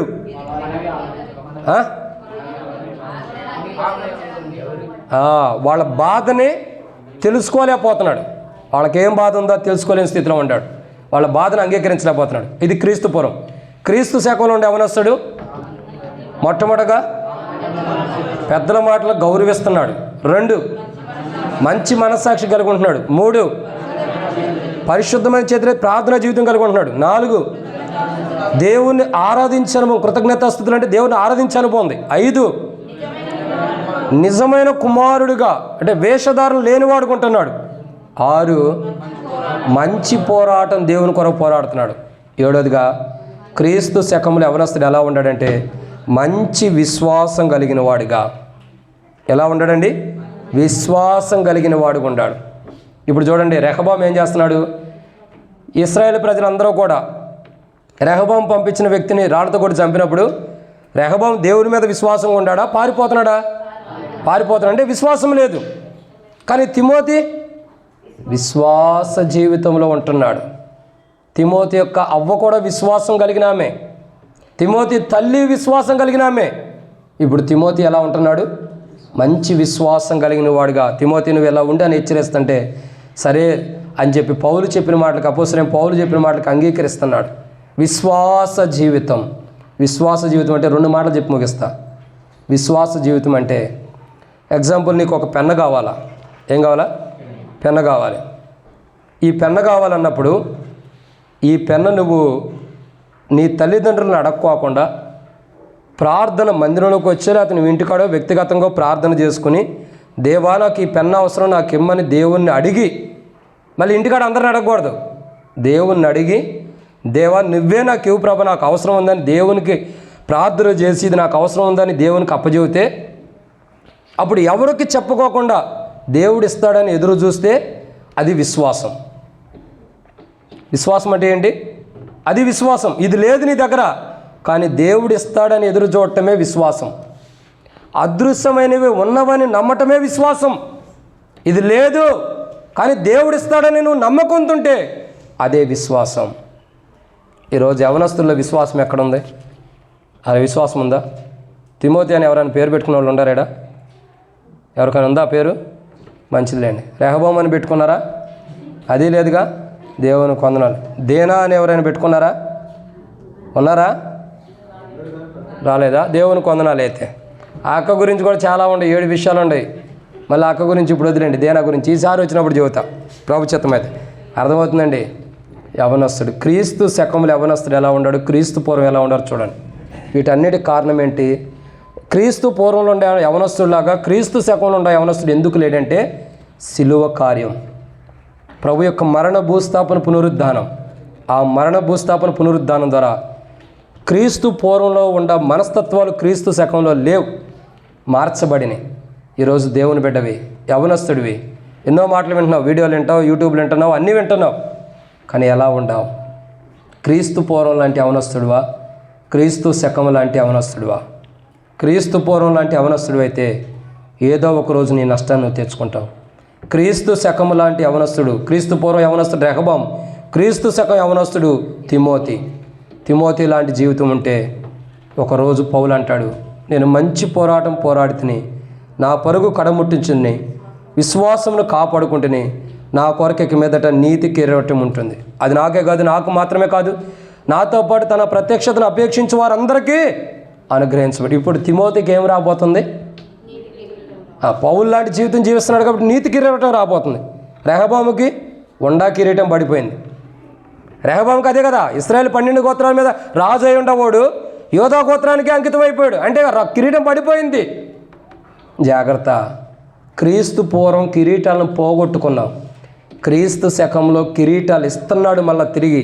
కారణం సిలువ కార్యం. యేసు ప్రభువారు మన కొరకే కలువరిశిలో ప్రాణం పెట్టి చనిపోయి తిరిగి లేచడం ద్వారా, ఆయన మరణ భూస్థాపన పునరుద్ధానం ద్వారా, ఆయన కలువరిశిలో ప్రాణం పెట్టిన విధానాన్ని బట్టి మన జీవితాలు మారుస్తున్నాడు. తద్వారానే క్రీస్తు పూర్వం లాంటి మన యవనస్తులమైన మన జీవితాలను ప్రభు తన కలువరిశిలో ద్వారా మార్చి క్రీస్తు శకంలో తిమోతి లాంటి క్రైస్తవ జీవితాన్ని ఇస్తున్నాడు, రెహబాము లాంటి జీవితాన్ని తీసేస్తున్నాడు. ఈరోజు నీకు తిమోతి లాంటి జీవితం కావాలంటే మోకాళ్ళ మీదకి వచ్చేసు, ప్రభువా నేను తిమోతి లాంటి జీవితాన్ని కోరుకుంటున్నా, కానీ నేను రెహబాము లాంటి జీవితాన్ని జీవిస్తున్నా. రెహబాము వల్లే పెద్దల మాటలు వినుకోకుండా, దైవ సేవకులు దేవుని మాటలు వినుకోకుండా, చెప్పుడు మాటలు స్నేహితుల మాటలు వింటూ, హృదయం వాక్యం ఎంత వింటున్నా కఠినం చేసుకుంటూ నాకు ఇష్టానుసరమైన జీవితాన్ని నేను జీవిస్తున్నా, చెడు అలవాట్లు చెడు సావాసాల్లో నిమగ్నమైపోతున్నా, ప్రభా క్షమించండి అని ప్రార్థన చేసుకుంటే ప్రభు క్షమిస్తాడు. క్రీస్తు శకములో ఉన్న తిమోతి లాంటి జీవితం, పరిశుద్ధమైనది పవిత్రమైన జీవితం నాకు ఈ ప్రభు అంటే ప్రభు ఇస్తాడు. ప్రార్థన. ఈ ప్రార్థన చేసేటప్పుడు చీకటి ఉందని కళ్ళు తెరిచి అటు ఇటు చూడొద్దు. మీరు ఎటు చూస్తున్నా ఆకాశమందున్న దేవుడు మనల్ని చూస్తున్నాడు. రహస్యమైన వాటిని వెలుగులోకి తీసుకురాగలిగిన దేవుడు, చీకట్లో ఉన్నాయి కూడా బయటికి తీసుకురాగలడు తేటగా. కాబట్టి చీకట్లో ఉండవనే కళ్ళు మూసుకున్నా కళ్ళు తెరుచుకున్నా సేవకుడు చూడాలి అనుకోవద్దు. పక్కన వాళ్ళని అస్సలే చూడొద్దు. ఆయన నేత్రాలు సంచారం చేస్తున్నాయి. మనం ఏం చేస్తున్నాం చూస్తాడు. అందరూ నల్లగానే కనపడుతున్నారు. నా కళ్ళు తేడాయో మరి మీరు తేడానో తెలియదు, కానీ కళ్ళు మూసుకోండి. అందరూ కళ్ళు మూసుకోండి. తలలు కిందేసి మోకాళ్ళు పైకి లేపి తల కిందేసి కళ్ళు తెరిచి చూడవాకండి. కళ్ళు మూసుకోనండి. ప్రార్థన ఆయంక కాదు, కళ్ళు మూసుకోవాలి. కళ్ళు మూసుకోండి అందరూ. ప్రతి ఒక్కరు యవనస్తులు అటు ఇటు చూడొద్దు. ఎవరెవరిని చూడొద్దు. మనసులో ఒక తీర్మానం చేసుకో. రెహబాములాగా తప్పు మార్గంలో ఉంటుంటే, రెహబాములాగా పాపపు జీవితంలో ఉంటుంటే, రెహబాములాగా చెడు మార్గంలోకి వెళ్తుంటే, యేసు ప్రభువా నేను పాపి, నన్ను క్షమించని అడుగు ప్రభుని. నా జీవితాన్ని మార్చు ప్రభు అని అడుగు. స్నేహితులతో మాటలేని చెడిపోయా, చెప్పుడు మాటలేని చెడిపోతూ వస్తున్నా, పాపపు మాటలేని దారి తప్పిపోతూ వస్తున్నా. నేను యవనస్తున్నే, నా తల్లిదండ్రులు ప్రార్థన పరులే, కానీ నాలో ప్రార్థనా జీవితం లేదు. కఠినమైన జీవితం ఉంది. దేవా, నా హృదయాన్ని నేను ఎన్నోసార్లు వాక్యం వింటే కూడా కఠినం చేసుకున్నా. రెహబాములాగా ఈరోజు నా జీవితం మార్చుకోవాలనుకుంటున్నా. తిమోతి ఎంత మంచి జీవితాన్ని జీవిస్తున్నాడో అంత మంచి జీవితాన్ని నేను జీవించాలనుకుంటున్నా. క్రీస్తు పూర్వం లాంటి జీవితం నాకు వద్దు, క్రీస్తు శకము లాంటి జీవితం నాకు ప్రభువా. యేసయ్యా, నా జీవితాన్ని మార్చండి, నా ప్రవర్తన మార్చండి, నా జీవితానికి ఒక క్రొత్త అనుభవం తీసుకురా ప్రభువా. నా ప్రవర్తన మార్చు ప్రభు అంటే, సహోదరుడా, నీ కుడి హస్తం నీ తలగన్న పైకెత్తించి నీ కోసం ప్రార్థన చేస్తా. సహోదరుడైనా, నాకు తిమోతి లాంటి జీవితం కావాలి. రెహబాము లాంటి జీవితం నాకు వద్దు. నేను చెప్పుడు మాటలు నష్టపోను. ఇక నుండి ప్రార్థన జీవితం, దేవుణ్ణి ఆరాధించడం, దేవుని మాటలు వినటం, పవిత్రమైన జీవితం, విశ్వాసం కలిగిన జీవితం జీవించి నేను మంచివాడిని అనిపించుకోవాలి. అందుకొరకే యేసుప్రభువు కలువరిశిలో ప్రాణం పెట్టి చనిపోయి తిరిగి లేచాడు. ఆయన మరణించడమే నాకు తిమోతి లాంటి నూతన జీవనం ఇవ్వటానికై, రెహబాము లాంటి జీవితాన్ని తీసేయడానికి యేసుప్రభువు వారు నా కొరకే కలువరిశిలో చనిపోయాడు. 3 రోజుల నుంచి వర్తమానాలు వింటున్నావు, జీవితం మారలా. ఇది నీ చివరి వర్తమానం అయి ఉండొచ్చు. ఒక తీర్మానం చేసుకో. యేసుప్రభువా, నేను పాపి, నా పాపాలు క్షమించి. రెహబాము లాంటి మనస్తత్వం నాకుంది. చెడు స్నేహం, చెడు అలవాట్లు, చెడు సావాసాలు, సెల్ ఫోన్లో అపవిత్రమైన వ్యర్థమైన వాటిలో కూరుకుపోయి తిమోతి లాంటి జీవితాన్ని నేను జీవించలేకపోతున్నా. క్షమించు ప్రభువా. నీ కలువరిశిల యొక్క రక్త ప్రోక్షణ కిందకు వస్తున్న రక్తం ద్వారా ప్రతి పాపాన్ని కడిగి పవిత్రపరిచి తిమోతి లాంటి జీవితం నాకు అనుగ్రహించు ప్రభు అని నువ్వు అడిగితే, నీ తల కంటే పైగా నీ చేతుంచు నీ కోసం ప్రార్థన చేస్తాను. సహోదరి అయినా సహోదరులైనా ఎవరైనా సరే, సమయం పోయిన తర్వాత నష్టపోవద్దు. సిగ్గుపడటానికి ఇది దేవుని సమయం. సహోదరుడు యేసు ప్రభు నీ పాపాలు క్షమించి నీ జీవితాన్ని మార్చి తిమోతి లాంటి జీవితాన్ని ఇచ్చును గాక. కళ్ళు తెరవద్దు ఎవరు కూడా. ఇంకెవరైనా ఉన్నారా?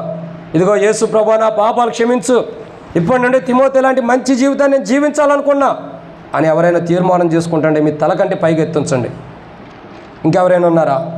సహోదరుడు యేసు ప్రభు నిన్ను కూడా క్షమించును గాక, తిమోతి లాంటి జీవితాన్ని నీకు ఇచ్చును గాక. పేపర్ తీసుకోండి. ఇంకెవరైనా ఉన్నారా? ఇంకా ఎవరైనా? అటు ఇటు చూడొద్దమ్మా. దేవుడు నిన్ను ప్రేరేపిస్తుంటే, తిమోతి లాంటి జీవితాన్ని నీకు ఇవ్వాలని దేవుడు ఇష్టపడుతుంటే, నీ తల కంటే పైగా నీ చేతుంచి నీకు పేపర్ ఇస్తాం. ఇంకెవరైనా ఉన్నారా? సమయం పోయిన తర్వాత నష్టపోతావు.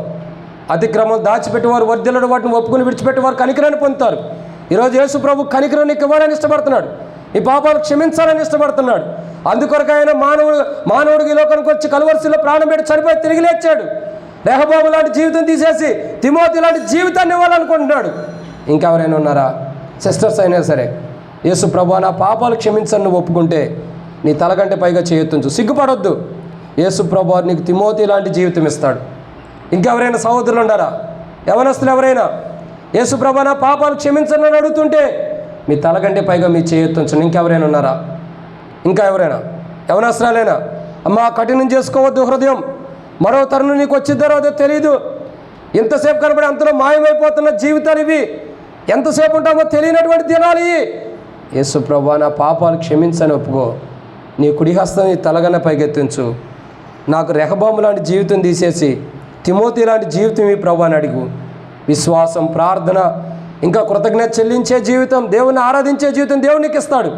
ఇంకెవరైనా ఉన్నారా? హృదయం కఠినం చేసుకోవద్దు. ఒకరోజు నష్టపోయే దినం వస్తుంది. స్నేహితుల ద్వారానో సెల్ ఫోన్ ద్వారా నువ్వు నష్టపోతున్నావు.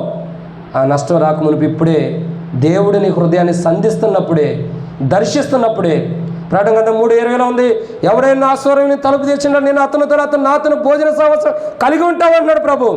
ఈరోజు నీ హృదయంలోకి వచ్చి భోజన సావాసం కలిగి ఉండాలని ఇష్టపడుతున్నాడు. నీ కుడి హస్తాన్ని తలగన్న పైకెత్తించు. ఇంకెవరైనా ఉన్నారా? ఒకరోజు నీ పాపం బయటపడితే ఆ రోజు నీ బ్రతుకేమైతే ఆలోచించు. అది బయటపడకూడదని ఈరోజే ఒప్పుకోవడానికి అవకాశం ఇస్తున్నాడు ప్రభు. ఇంకెవరైనా ఉన్నారా? యేసు ప్రభు నా పాపాలు క్షమించండి అడుగుతున్నవారు ఎవరైనా ఉన్నారా? ఇంకా ఎవరైనా చేతుదాం వద్దని సిగ్గుపడవద్దు. ఈ యవనస్తులు కూడా నీ కొరకే, నీ జీవితాన్ని మార్చడానికి, నువ్వే చేయడానికి ఎందుకు సిగ్గుపడుతున్నా, ఎందుకు బాధపడుతున్నా, చేతితో ఏమైందని అనుకోవద్దు. ప్రభు కొరకు తీర్మానం చేసుకో. తిమోతి లాంటి జీవితం నాకు కావాలని. ఈ వర్తమానం నీ కొరకే, నిన్ను కాదంటాను కాదు, నిన్ను ప్రేరేపించి నీ జీవితం మార్చడానికి. నీ కుడి హస్తం తలగన్న పైకెత్తుంచండి. ఇంకెవరైనా ఉన్నారా? ఇంకా ఎవరైనా? యేసు ప్రభా నేను పాపినంటే ఇంకెవరైనా ఉంటే మీకు తలగన్న పైగా కుడి హస్తం ఎత్తుంచండి, మీకోసం ప్రార్థన చేస్తా. అటు ఇటు చూడొద్దు. ఇంకెవరైనా ఉన్నారా? చివరిగా ముగిస్తున్నా. చివరి తరుణం పోయిన తర్వాత నువ్వు చేయెత్తిన ఉపయోగం లేదు. ఇంకెవరైనా ఉన్నారా? హృదయంలో ప్రేరేపణిస్తుంటే ఒప్పుకో, దాన్ని దాచిపెట్టొద్దు, నష్టపోతావు. ఇంకెవరైనా ఉన్నారా? ఇంకా ఎవరైనా? తలకంటే పైకెత్తుంచండి మీ చేయి. ఇంకెవరైనా? చివరిగా సహోదరి, నీ కొరకు ఎదురు చూస్తున్నాడు ప్రభు, ఆలస్యం చేయొద్దు. ఇంకెవరైనా ఉన్నారా? ఇంకా ఎవరైనా? చివరగా చేతుదామొద్దని సిగ్గుపడొద్దు. దేవుడు నీతో మాట్లాడితే చేయొద్దు. ఇంకెవరైనా ఉన్నారా? ప్రభు నీ పాపాలు క్షమిస్తాడు. ఇంకెవరైనా ఉన్నారా? చివరిగా సమయం పోతుంది. ఇంకెవరైనా? తరుణం పోయిన తర్వాత ఏడవ గుండెలు బాదుకున్న ప్రయోజనం లేదు. ఇంకెవరైనా ఉన్నారా? ఎవరైనా? ఈరోజు ప్రభు అడుగుతున్నాడు, నా కొరకు ఇంకెవరైనా ఉన్నారా? జీవితం మార్చుకోవాలనుకున్నవారు ఇంకెవరైనా? ఇంకెవరైనా ఉన్నారా? ఇంకా ఎవరైనా? చివరిగా అమ్మ బ్రతిమలాడుతున్న మిమ్మల్ని, జీవితం మార్చుకో. తిమోతి లాంటి జీవితం కావాలని కోరిక ఇంకెవరైనా ఉన్నారా? ఇంకా ఎవరైనా? చివరిగా ప్రార్థన చేయబోతున్నాం. సిగ్గుపడొద్దు. ఈ తరుణం మళ్ళీ నీకు రాకపోవచ్చు. ఇంకెవరైనా ఉన్నారా? ఇంకా ఎవరైనా? చివరిగా సాధుడా యేసు ప్రభు నీ పాపాలు క్షమించును గాక. ఇంకెవరైనా ఉన్నారా? యవనస్తులు తీర్మానం చేసుకుంటున్నారు. యవనస్తురాలు ఇంకెవరైనా? ఎక్కువసేపు అడగడానికి టైం లేదు. ఇంకెవరైనా ఉన్నారా? ఇంకా ఎవరైనా? ప్రార్థన. అక్కడ ఎవరు చేయొత్తురంటే చూడండి. సోదరుడు యేసు ప్రభు నీ పాపాలు కూడా క్షమించును గాక. ఇంకెవరైనా ఉన్నారా? యవనస్తులు ఎంతో తీర్మానం చేసుకుంటున్నారు తిమోతి లాంటి జీవితం కొరకు. యవనస్తురాళ్ళు ఇంకెవరైనా ఉన్నారా? ఇంకా ఎవరైనా? అమ్మా నీ కోసమే యేసు ప్రభు కలువరిశిల్లో ప్రాణం పెట్టి చనిపోయి తిరిగి లేచింది. నిన్ను రక్షించడం కొరకే, తిమోతి లాంటి జీవితం నీకు ఇవ్వడం కొరకే. బాధపడొద్దు. ఎవరు నిన్ను చోట్ల, నువ్వు తల పైకెత్తుంచి నీకు పేపర్ ఇస్తామంతే. నీకోసం ప్రార్థన చేస్తాం. ఇంకెవరైనా ఉన్నారా? ఇంకెవరైనా? సోదరుడు యేసు ప్రభు నీ పాపాలు క్షమించను గాక. అటు చూడు అన్న లాస్ట్లో. ఇంకా ఎవరైనా ఉన్నారా? పాపాలు ఒప్పుకుంటున్నవారు, సోదరుడు యేసు ప్రభు నిన్ను కూడా క్షమించను గాక. ఇంకెవరైనా ఉన్నారా? ఇంకా ఎవరైనా? ఇంకా కఠినం చేసుకుంటుంటే ఇదే చివరి గడియ నీకు అవ్వచ్చు. ఇంకెవరైనా ఉన్నారా? పాపాలు ఒప్పుకోవడానికి, యేసు ప్రభు నేను పాపినని ఒప్పుకోవడానికి. ఇంకెవరైనా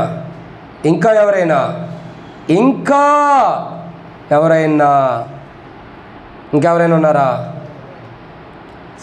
ఇంకెవరైనా?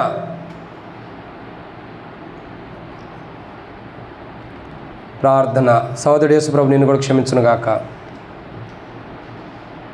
తీసుకున్నాడా? ఇంకెవరైనా ఉన్నారా?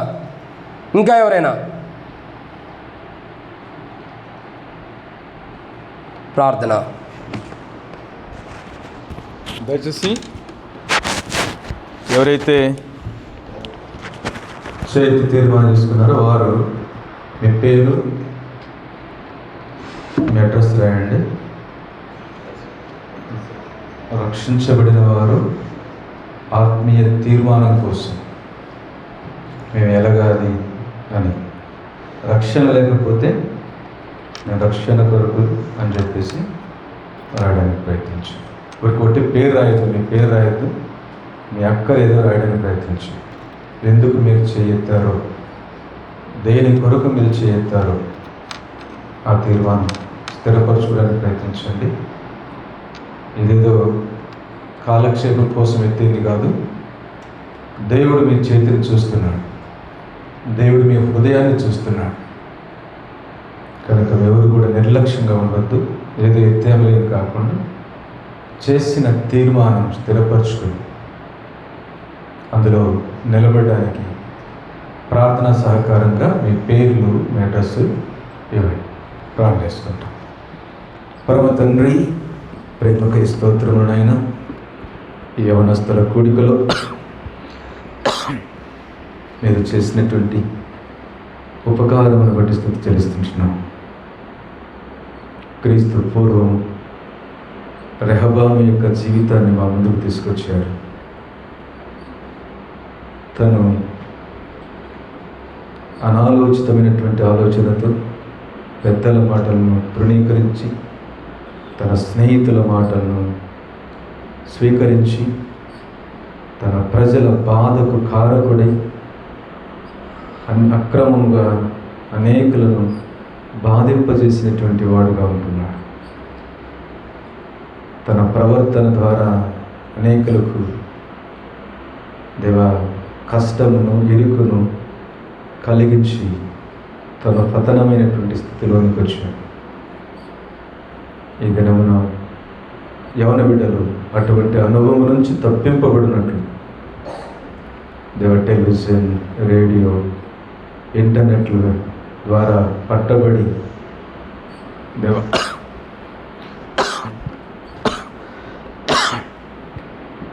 దాని చేత ప్రేరేపింపబడి యవనస్తులు దినాలు ఎంతో నష్టమైపోతున్నారు. అట్టి నష్టం నుంచి మా బిడ్డలను తప్పించి ఇంకా కాపుదలకు తీసుకురండి. క్రీస్తు శకములు తిమోతిని కూడా ముందుకు తీసుకొచ్చారు. తన పెద్దలకు, తన పైన నాయకులకు లోబడి విధేయత చూపించి పరిశుద్ధమైన చేతులెత్తి ప్రార్థన చేసేవాడుగాను, విశ్వాస విషయంలో, పోరాడే విషయంలో నమ్మకస్తుడుగాను మాకు కనబరుచుతున్నాడు. 7 నష్టం రెహబాములో చూసాము, 7 ఆశీర్వాదం తిమోతిలో చూసాము. మా యవనస్తులు మేము కూడా తిమోతి అనుభవంలో బలపడడానికి నీ యొక్క పరిపూర్ణమైన కృపను చూపించాను. రెహబాము యొక్క అనుభవం నుంచి మేము దూరం పారిపోవడానికి కావాల్సిన కృపను మేము కనుగొంచాం. ఈ సమయంలో తీర్మానం చేసుకుని మా ప్రియ బిడ్డలందరి కొరకు ప్రార్థిస్తున్నాం. వారి తీర్మానం స్థిరపరచండి ప్రభువా. వారు ఎత్తిన చెయ్యిని పట్టుకోండి. దుష్టుడు మళ్ళీ దానిని దొంగిలించకుండా కనికరం చూపించు. నీ సహాయమును, నీకు అదృశ్యస్త నైపుణ్యమును కోరుతూ వారిని స్తుతించు. నేను ఘనపరచు, నయపరుస్తుంది. అనీష్ కుమార్ దశ కనికరించండి. చరణ్ కుమార్, అలాగే దయగల మా ప్రభు విజయ్ కుమార్, సంతోష్, అలాగే ప్రభు మహిమ కుమార్, షారోన్, శివకార్తిక్ తన ప్రార్థనా జీవితంలో గడపడానికి, చెప్పుడు మాటలు వినకుండా ఇతరుల కొరకు ప్రార్థన చేయడానికి తనను బలపరచవలసిందిగా కోరుకుంటున్నాను. జాషువా రక్షణలో బలపడడానికి, ఆరాధన ప్రార్థన జీవితం కలిగి ఉండడానికి, రక్షణలో తప్పిపోకుండా ఉండాలని కోరిక కలిగి ఉన్నాడు. దశకాని కృష్ణ దీపు యేసుక్రీస్తు వారి నామములో రెహబాము యొక్క జీవితము కాకుండా తిమోతి యొక్క జీవితంలో ఎదగాలని కోరిక కలిగి ఉంటున్నాడు. దేవ బిడ్డల యొక్క హృదయ వాంఛను తీర్చి దీవించి ఆశ్రయించి మీరు వినిపించు. ఇప్పుడు వారి తీర్మానం స్థిరపరిచే దేవుడు కనుక స్తుతిస్తూ సమయాశీర్వాదాన్ని కోరుకుంటూ తిరిగి 6:30 గంటలకి కూడి కొరకై సిద్ధపరిచి యేసుక్రీస్తు వారి నామములో స్తుతించి అర్పించి ప్రార్థన చేస్తుంటున్నాము తండ్రి. ఆమేన్. దయచేసి చివరి ప్రార్థన ఆశీర్వాదం తర్వాత టీ బిస్కెట్ ఉంది, దయచేసి ఎవరు పోవద్దు. టీ బిస్కెట్ తీసుకొని ఒకేసారి వెళ్ళడానికి ప్రయత్నించండి. మళ్ళీ త్వరగా 6:30 గంటలకు రావడానికి ప్రయత్నించండి. తర్వాత త్వరగా ముగించుకోవడానికి కూడా ఉపయోగపడుతుంది. అన్నగారు కూడా మరి ఈ కూడిక అనంతరం తను కూడా ప్రయాణం వెళుతున్నారు. దానికోసం కూడా మీ వ్యక్తిగత ప్రార్థనలో జ్ఞాపకం చేసుకోండి. చివరి ప్రార్థన ఆశీర్వాదం తర్వాత మరి టీ బిస్కెట్ ఉంటుంది, దయచేసి టీ బిస్కెట్ ప్రార్థన కూడా ఇక్కడే జరుగుతుంది. మళ్ళీ అక్కడే ప్రార్థన లేకుండా అది గుర్తుపెట్టుకోండి. ఇక్కడే ప్రార్థన చేస్తాం. డైరెక్ట్గా పోయి టీ బిస్కెట్ తీసుకోవడానికి ప్రయత్నించండి. ప్రియమైన తండ్రి, టీ బిస్కెట్ కూడా దీవించి పరిస్థితిపరచము. దేవా మా పిల్లలు సమర్పించుకుని ఇచ్చిన వారిని కూడా జ్ఞాపకం చేసుకొని దీవించవలసింది కోరుకుంటూ మా పిల్లలు కూడా స్వీకరిస్తుండగా ఆరోగ్యం నుంచి బలపరచము. యేసుక్రీస్తు వల్ల ప్రార్థిస్తున్నాం తండ్రి. మన ప్రభువైన యేసుక్రీస్తు యొక్క కృప, తండ్రి అయిన దేవుని ప్రేమ, యేసుక్రీస్తు పరిశుద్ధాత్మక సహవాసం, సమాధానం, సంతోషం ఇప్పుడు మనకు సకల పరిస్థితులకు ప్రత్యేకించి యవనస్తులకు అందరికీ సదాకాలము తోడి నడిపించునుగాక. ఆమేన్.